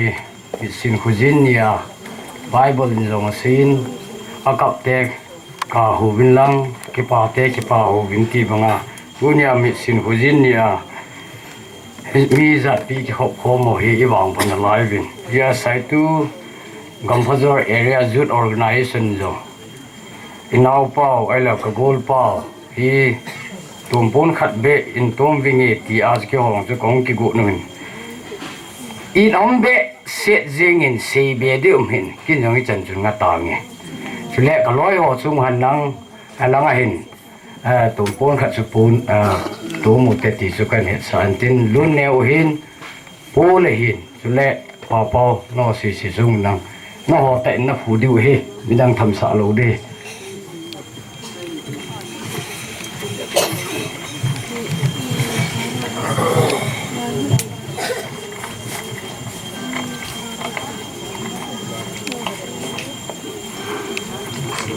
kyo phat hi chan hi tam te ni zulen sung mi te lung hem ni ka ni jong le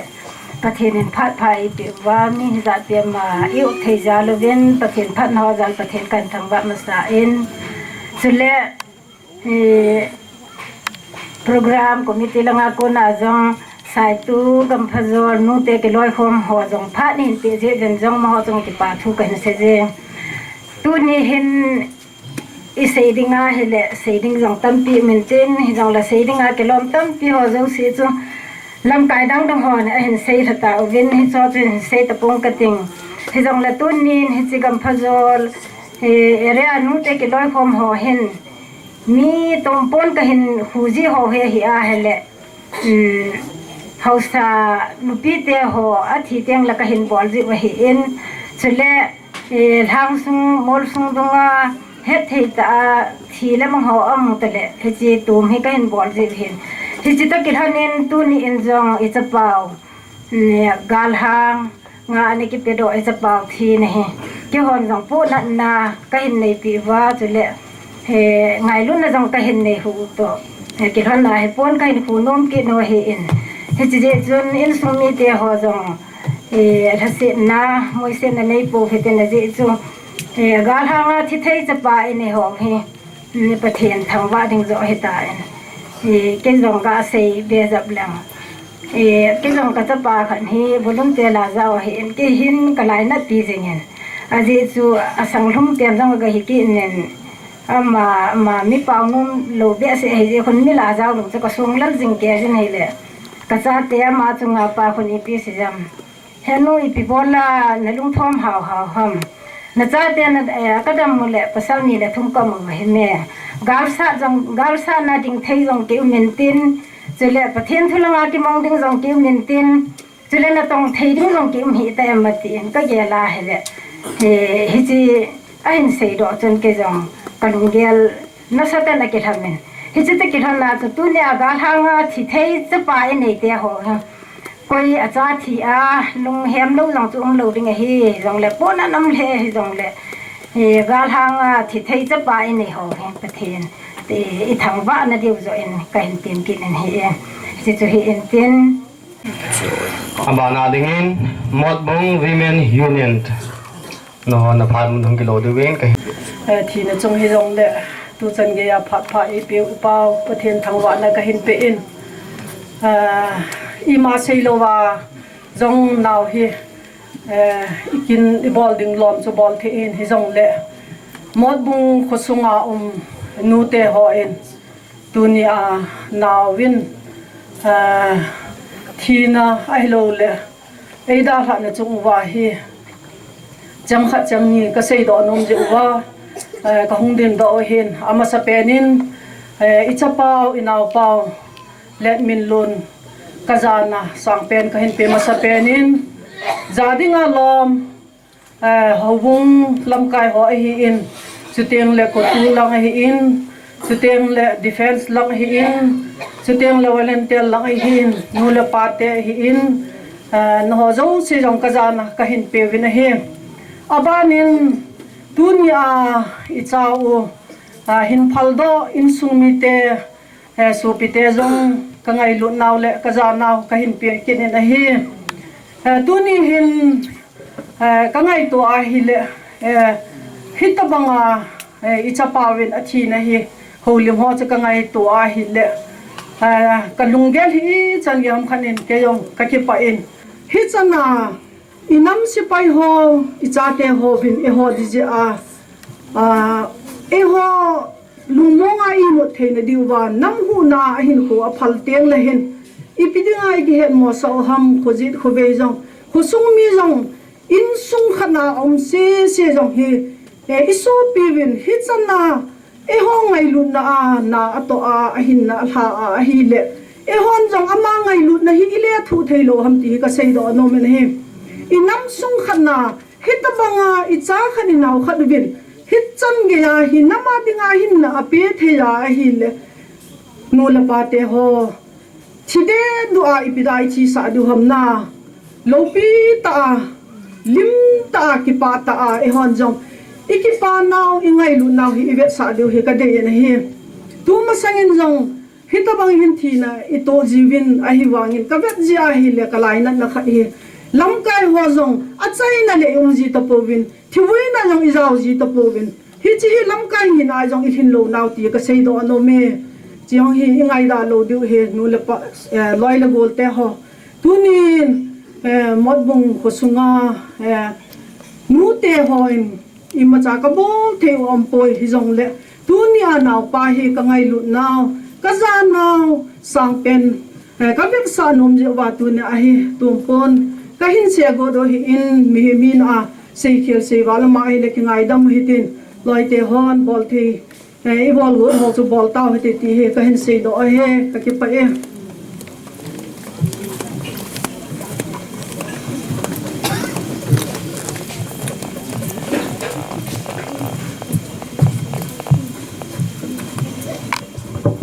cái nào giống rất các bạn thấy nó mình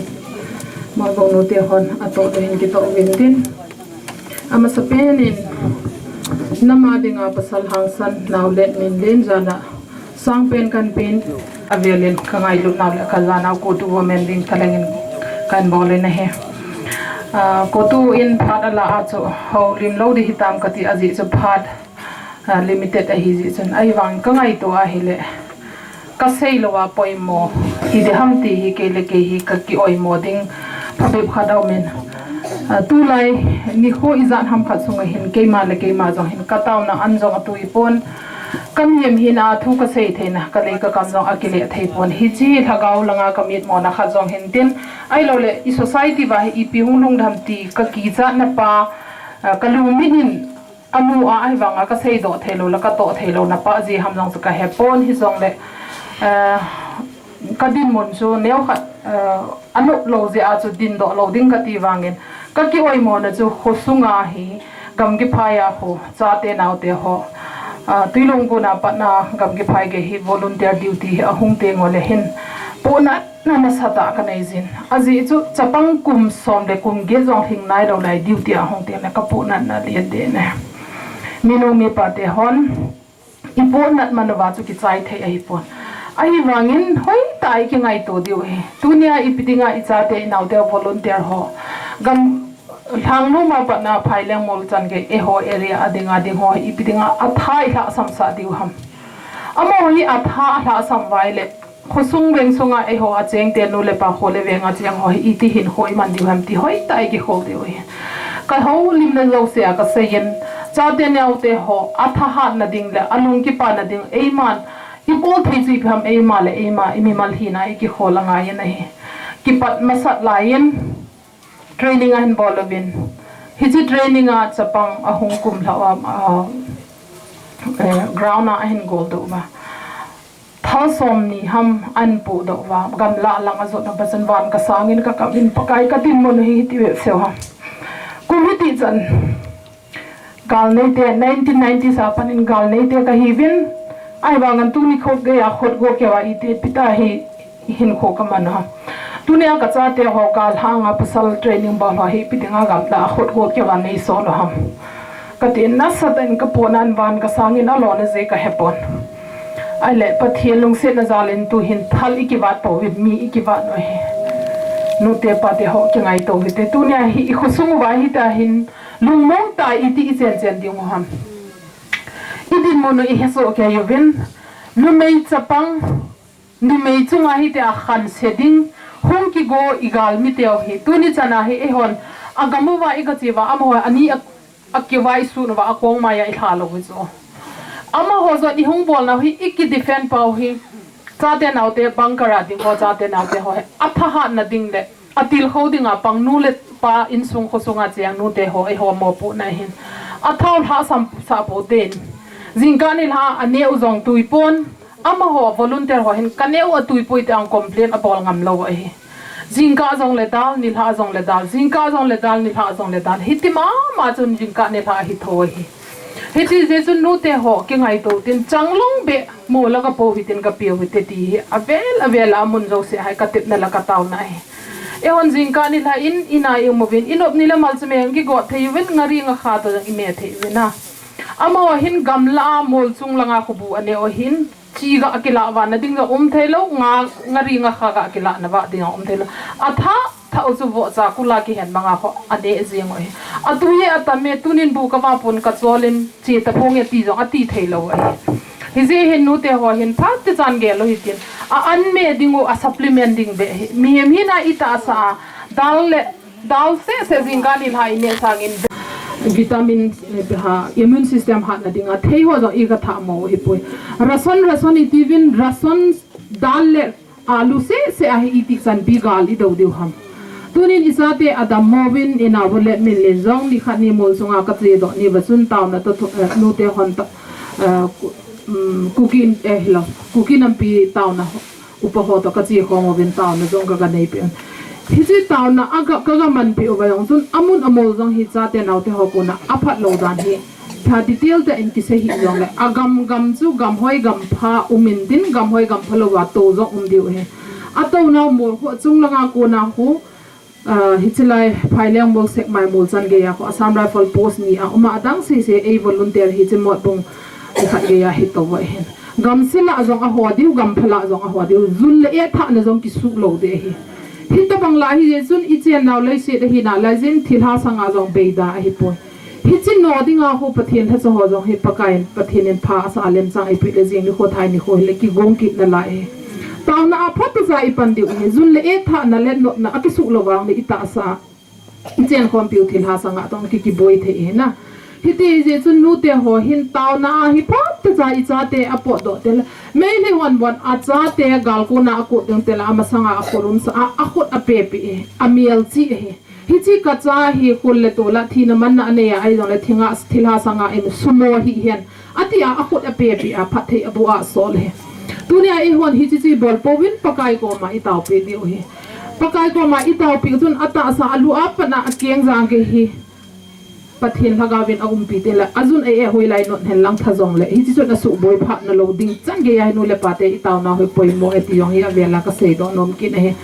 sule naw te ho ko ma ka sei do nom kin he gen ka sei tan cha te naw te ho volunteer a chi ahung ki po do te ho la ka vet hu atu hu le hi chlai ngi pe ka vet le kanu bing he kum hingjong lo defend itiki ball the training a ball na we a hi wangin a training ball na ba chu peeling khat train ki ball to peeling lo khat train ki ball chu ahung itizam de ham to di ham op di ham ki ho chapang hi na agel do thelo di pa ka gelen na ka sa he tunin inaw Letminlen ta sadam mon scrap tai fa si gan hingin ape a konin a hin hole me heti he so ke yevin i sei so ke yevin he hi chi ho long chu inja a seitan o za pu hengulin kangkal ama sa in zo asai ma bangin kangkal jong ana umlo ba chu gam go lai changa chu sun le zana duty na po ni asat le ni tho go azu la go tho kang in a pe jong le ki hei do wa ko theyo aki he do ho aki feel ba la ki he do theyo aki feel lo la ki he do thelo ide pang dung a pe jong le hite hinga hung go se hi sim to san koi pe ute ei ma le i ma i cha hi na aki defend net ding thei amuna defense on ipi ngai to jong le nanga ko na chu kacha chu gal muna po de hitan ke ya ko na hi akiven na ding hin pathin thu a taw na to thagaw thu a ata sa recover ke hulovin ta sa jang I defend diu heti hi nu te pa te ho ko hi jong le cha te naw te hi chelai ko keu se ka ti hi pon duty a hung do se hi ane ding phati chan sim tu pe o tin te le akiven na diu thokang lo odomos ho hi private in personnel in ki po sa ote ba di banker khana hu tunin ka thokang lo abeta I hung pe wo atile asai na ding chu mi hem ya amang zo anelung han pet ai lo la an lo pe ato kha the ya zo ka sei sangin amon gamla to ka sei sang tu za hiti tan te ati naw zong phat de hi na si ya chu nu te ho hin cha te duty a chi de ho sei thokang lo bom khat hu songa bo hin winter hong hitan tu hi October date 10 a hitan jingle thai khole zan le sun le zan se hitalowin zan sun zong hung dap da hitan ichate inaw te ho hin ta sa jong thaga ba jong phat te cha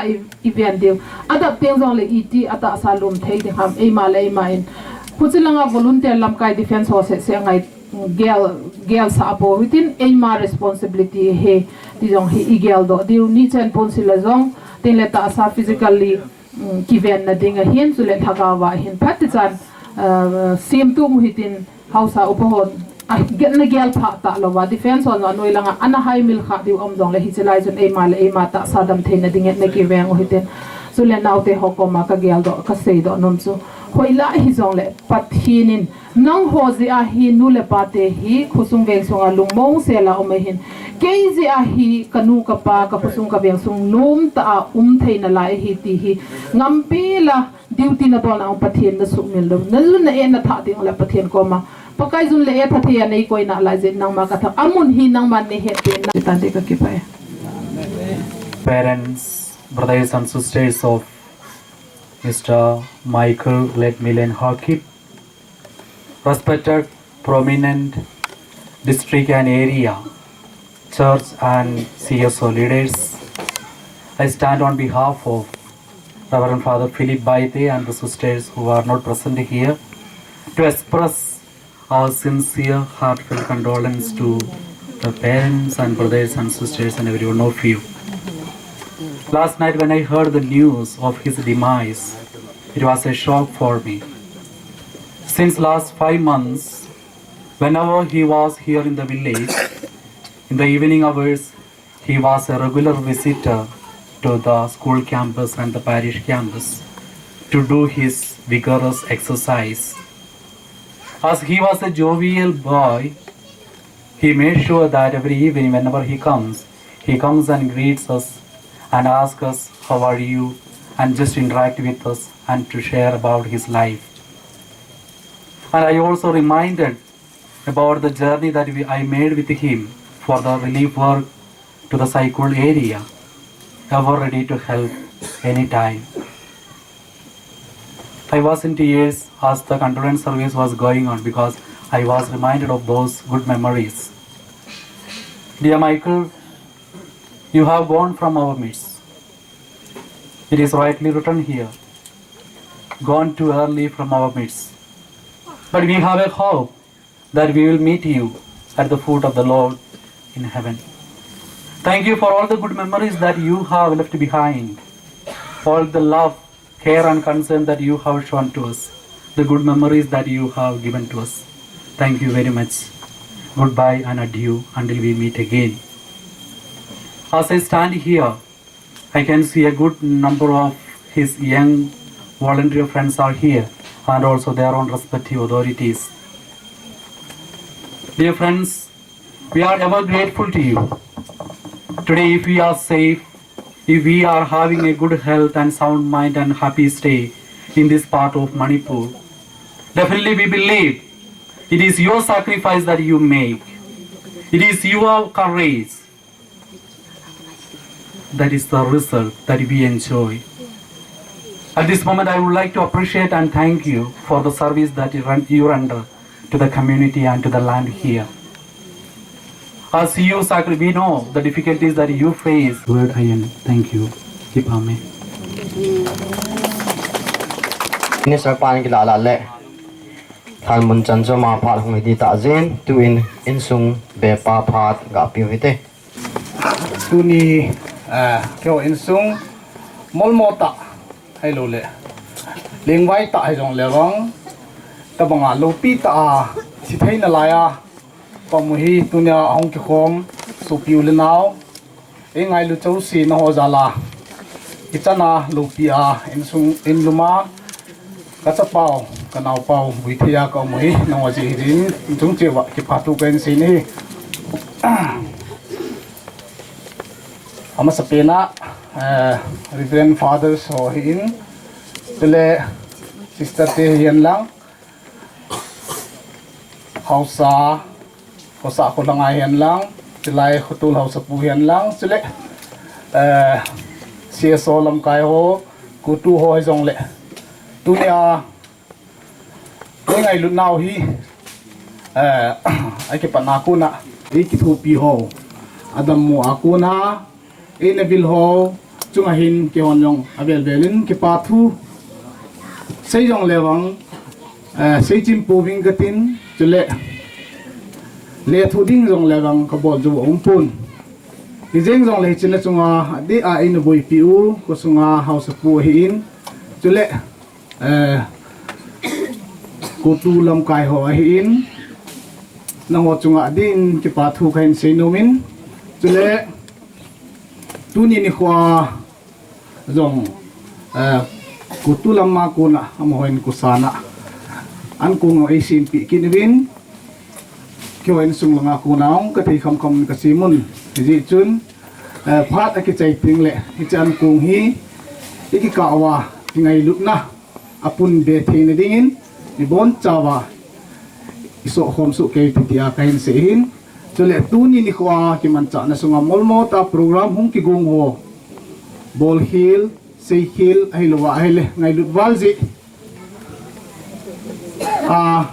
til bol wa chu bol hill om kha sei hill om kha le pathin minin ki ngai dam su ke tin a chaina tunia hung ki khom zo se mi pi zo se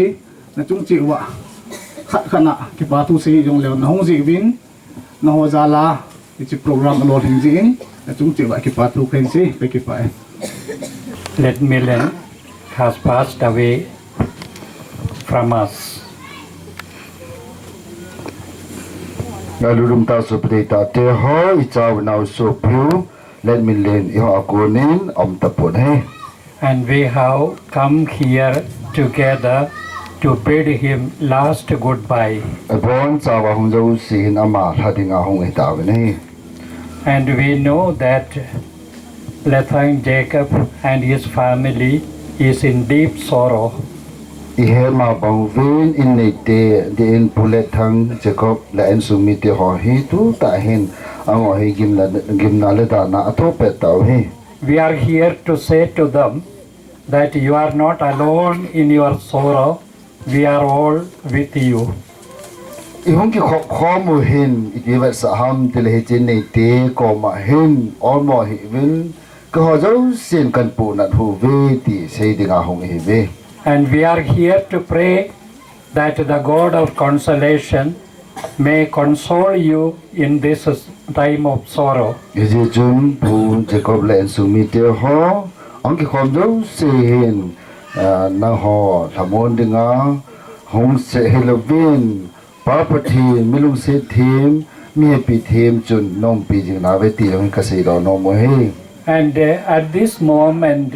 it is good to listen what Jesus has to say at this moment. Tu hun tu phalai ta hi ipakai Yesu Kristan hi chi tawang din mun to ki to a ipi asayam ti yong chu I ngai la ding ka dei sa nei. We now will listen from the word of God from the Gospel of John.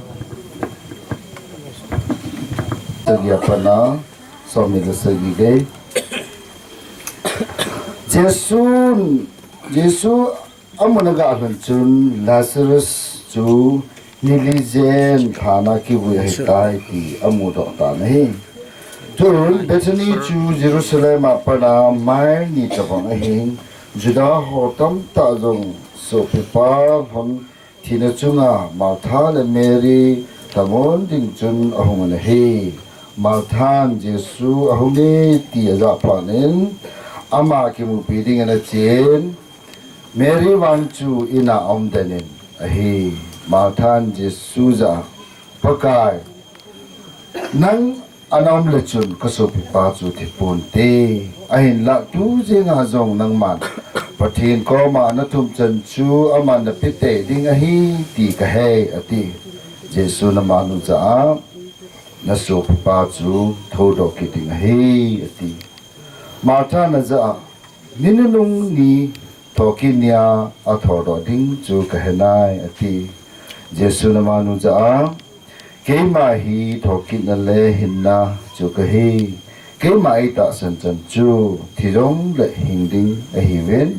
chu le ko hi rong le hinga kema ita san chu thilo hilding a hi chi hi na ta sanam ati amanu na za hinge pakai nang ma hi Krista pathen chapa manu ya hung ding chu na hi ti ka ta sani ati Jesu Christa na tu fa hi. And life. Those who believe in me, if they are dead also, they will come back to life. tu ta tu ni zata ven ipakai Yesu Krista chun ke mai thokin na le hin na ka hi eita asana chu thi jong le hin kit ding he ati jing na he. And we all believe in Christ. We believe in His word, and what He says is true. Ibon chawa Christian ho hi Krista ta san te hi ven ita san jalu chun pakain athu hi lo jong hi thudi hi ti hi ipomo hi. And immediately after this, He showed the power of His word by commanding Lazarus come out, and he comes out even though he was dead for 4 days. Pakain asay tabang pangin athu say pa chu aman apat chit na dingin nililang pi anathisa pa koma chun kithau ta na tile akithau ta ba ta nahi. And God is the source of life. Hiya chu agom lamai se la pathin kiti hi hinabul pi he bobe. Our life comes from God and goes back to God. Mihimin ko kiti hi pathina ko na hung hin chule pathin ko ma kinung le ki he bobe. Some die young, some live long, but whatever our lifespan, we all are part of God's life. Mi loi khat chu so ta hingin tin loi khat bang chu chom cha khat hingin tin chom chan lang so ta hi jing dong le pathin in a piu hin na pa chu he bobe. And Letminlen says today, today I, tomorrow you, all of us will die. Ichao inau Letminlen in tunya nang leke ko ma say chu piham tuni hi ke phat hin jing ni ko nang phat hi mai the he. And life is very precious. It is a gift from God. Hin na kiti hi mana mantam pathina ko na go lupi ta ai ki piu chu he. And we have got only one life,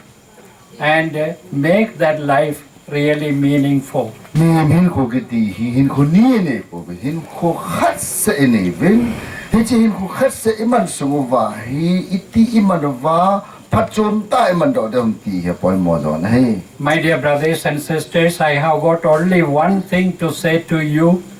that this life, let us live in such a way that we will be prepared to go to heaven when we die. He chung na lu dum ta su pri ta te ho ke man jong ho ko ma khatip na no pen su thil dang tam pi ai por khat bo hi hin ko khat ne vin chom cha bo ne vin hi chu sunga hi itin khu iman wa athiting a ki ko sa dem cha hin ko man thei de om ti hi katip na nom pen hi ve. And let us do something good when we are in this earth,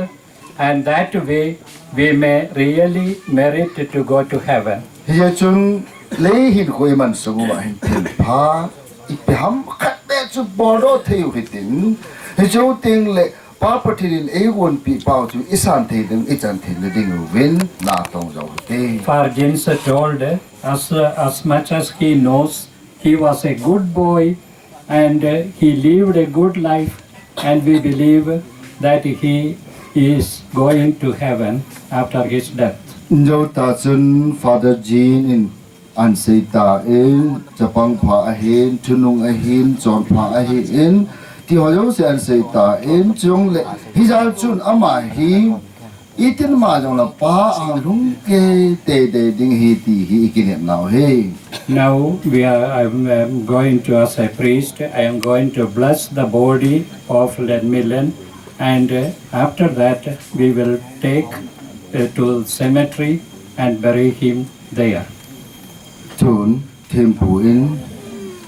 vai hana to le pathe bu na ta pi na hin ning tin chu ta le han mo jo na ki to diu hai tai. Prayers, and be merciful to your son, Letminlen, whom you have called from this life. Welcome him into the company of your saints in the kingdom of light and peace. This we ask through Christ our Lord. Amen.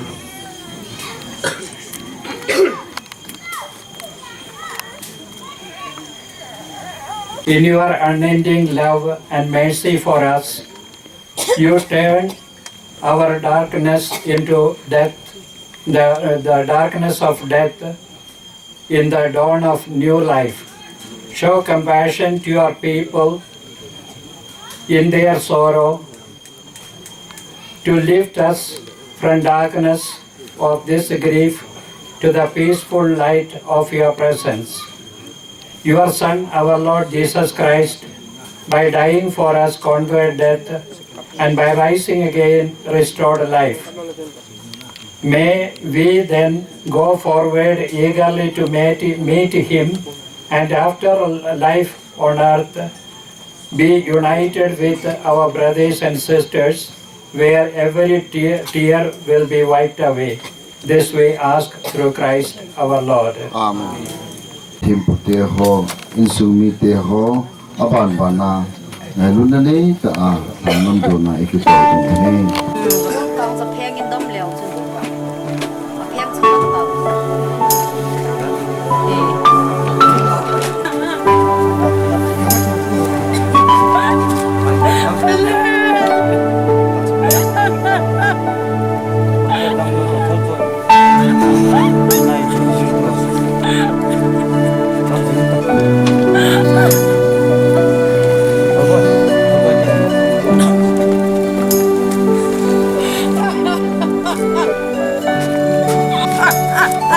Kenal ka nga eh. Alin! May kakao dito sa mo!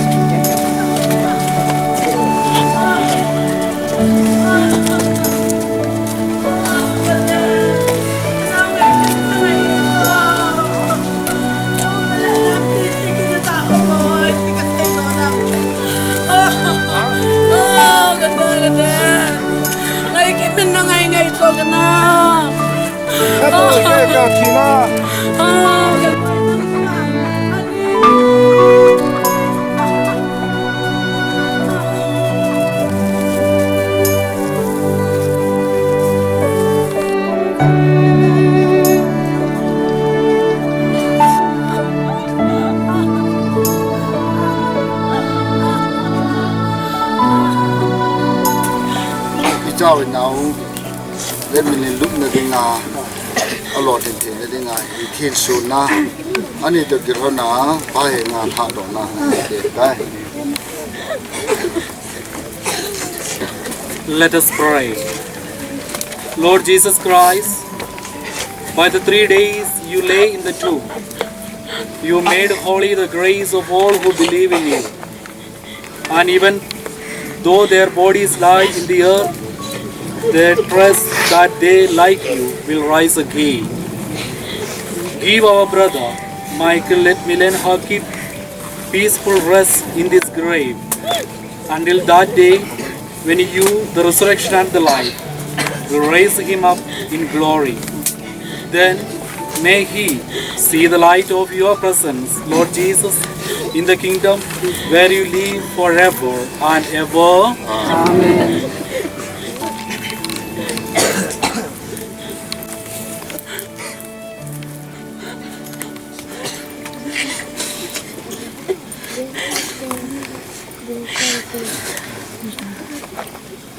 Since Almighty God has called our brother Michael Letminlen Haokip from this life to himself, we commit his body to the earth from which it was made.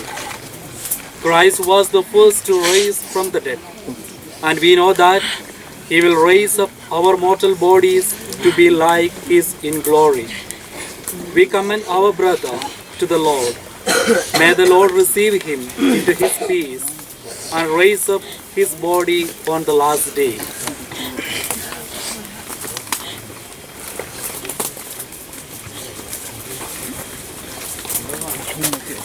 Lord, listen to our prayers for our brother Michael Letminlen Haokip, as he always desired to do your will. So in your mercy, forgive whatever wrong he may have done in this earthly life. By his Christian faith, he was united with all your believing people. Now, in love and mercy, grant him a place with your angels and saints in heaven. We ask these, Christ our Lord. Give our brother Michael Letminlen Haokip eternal rest, O Lord, and may your light shine upon him forever. May his soul rest in peace.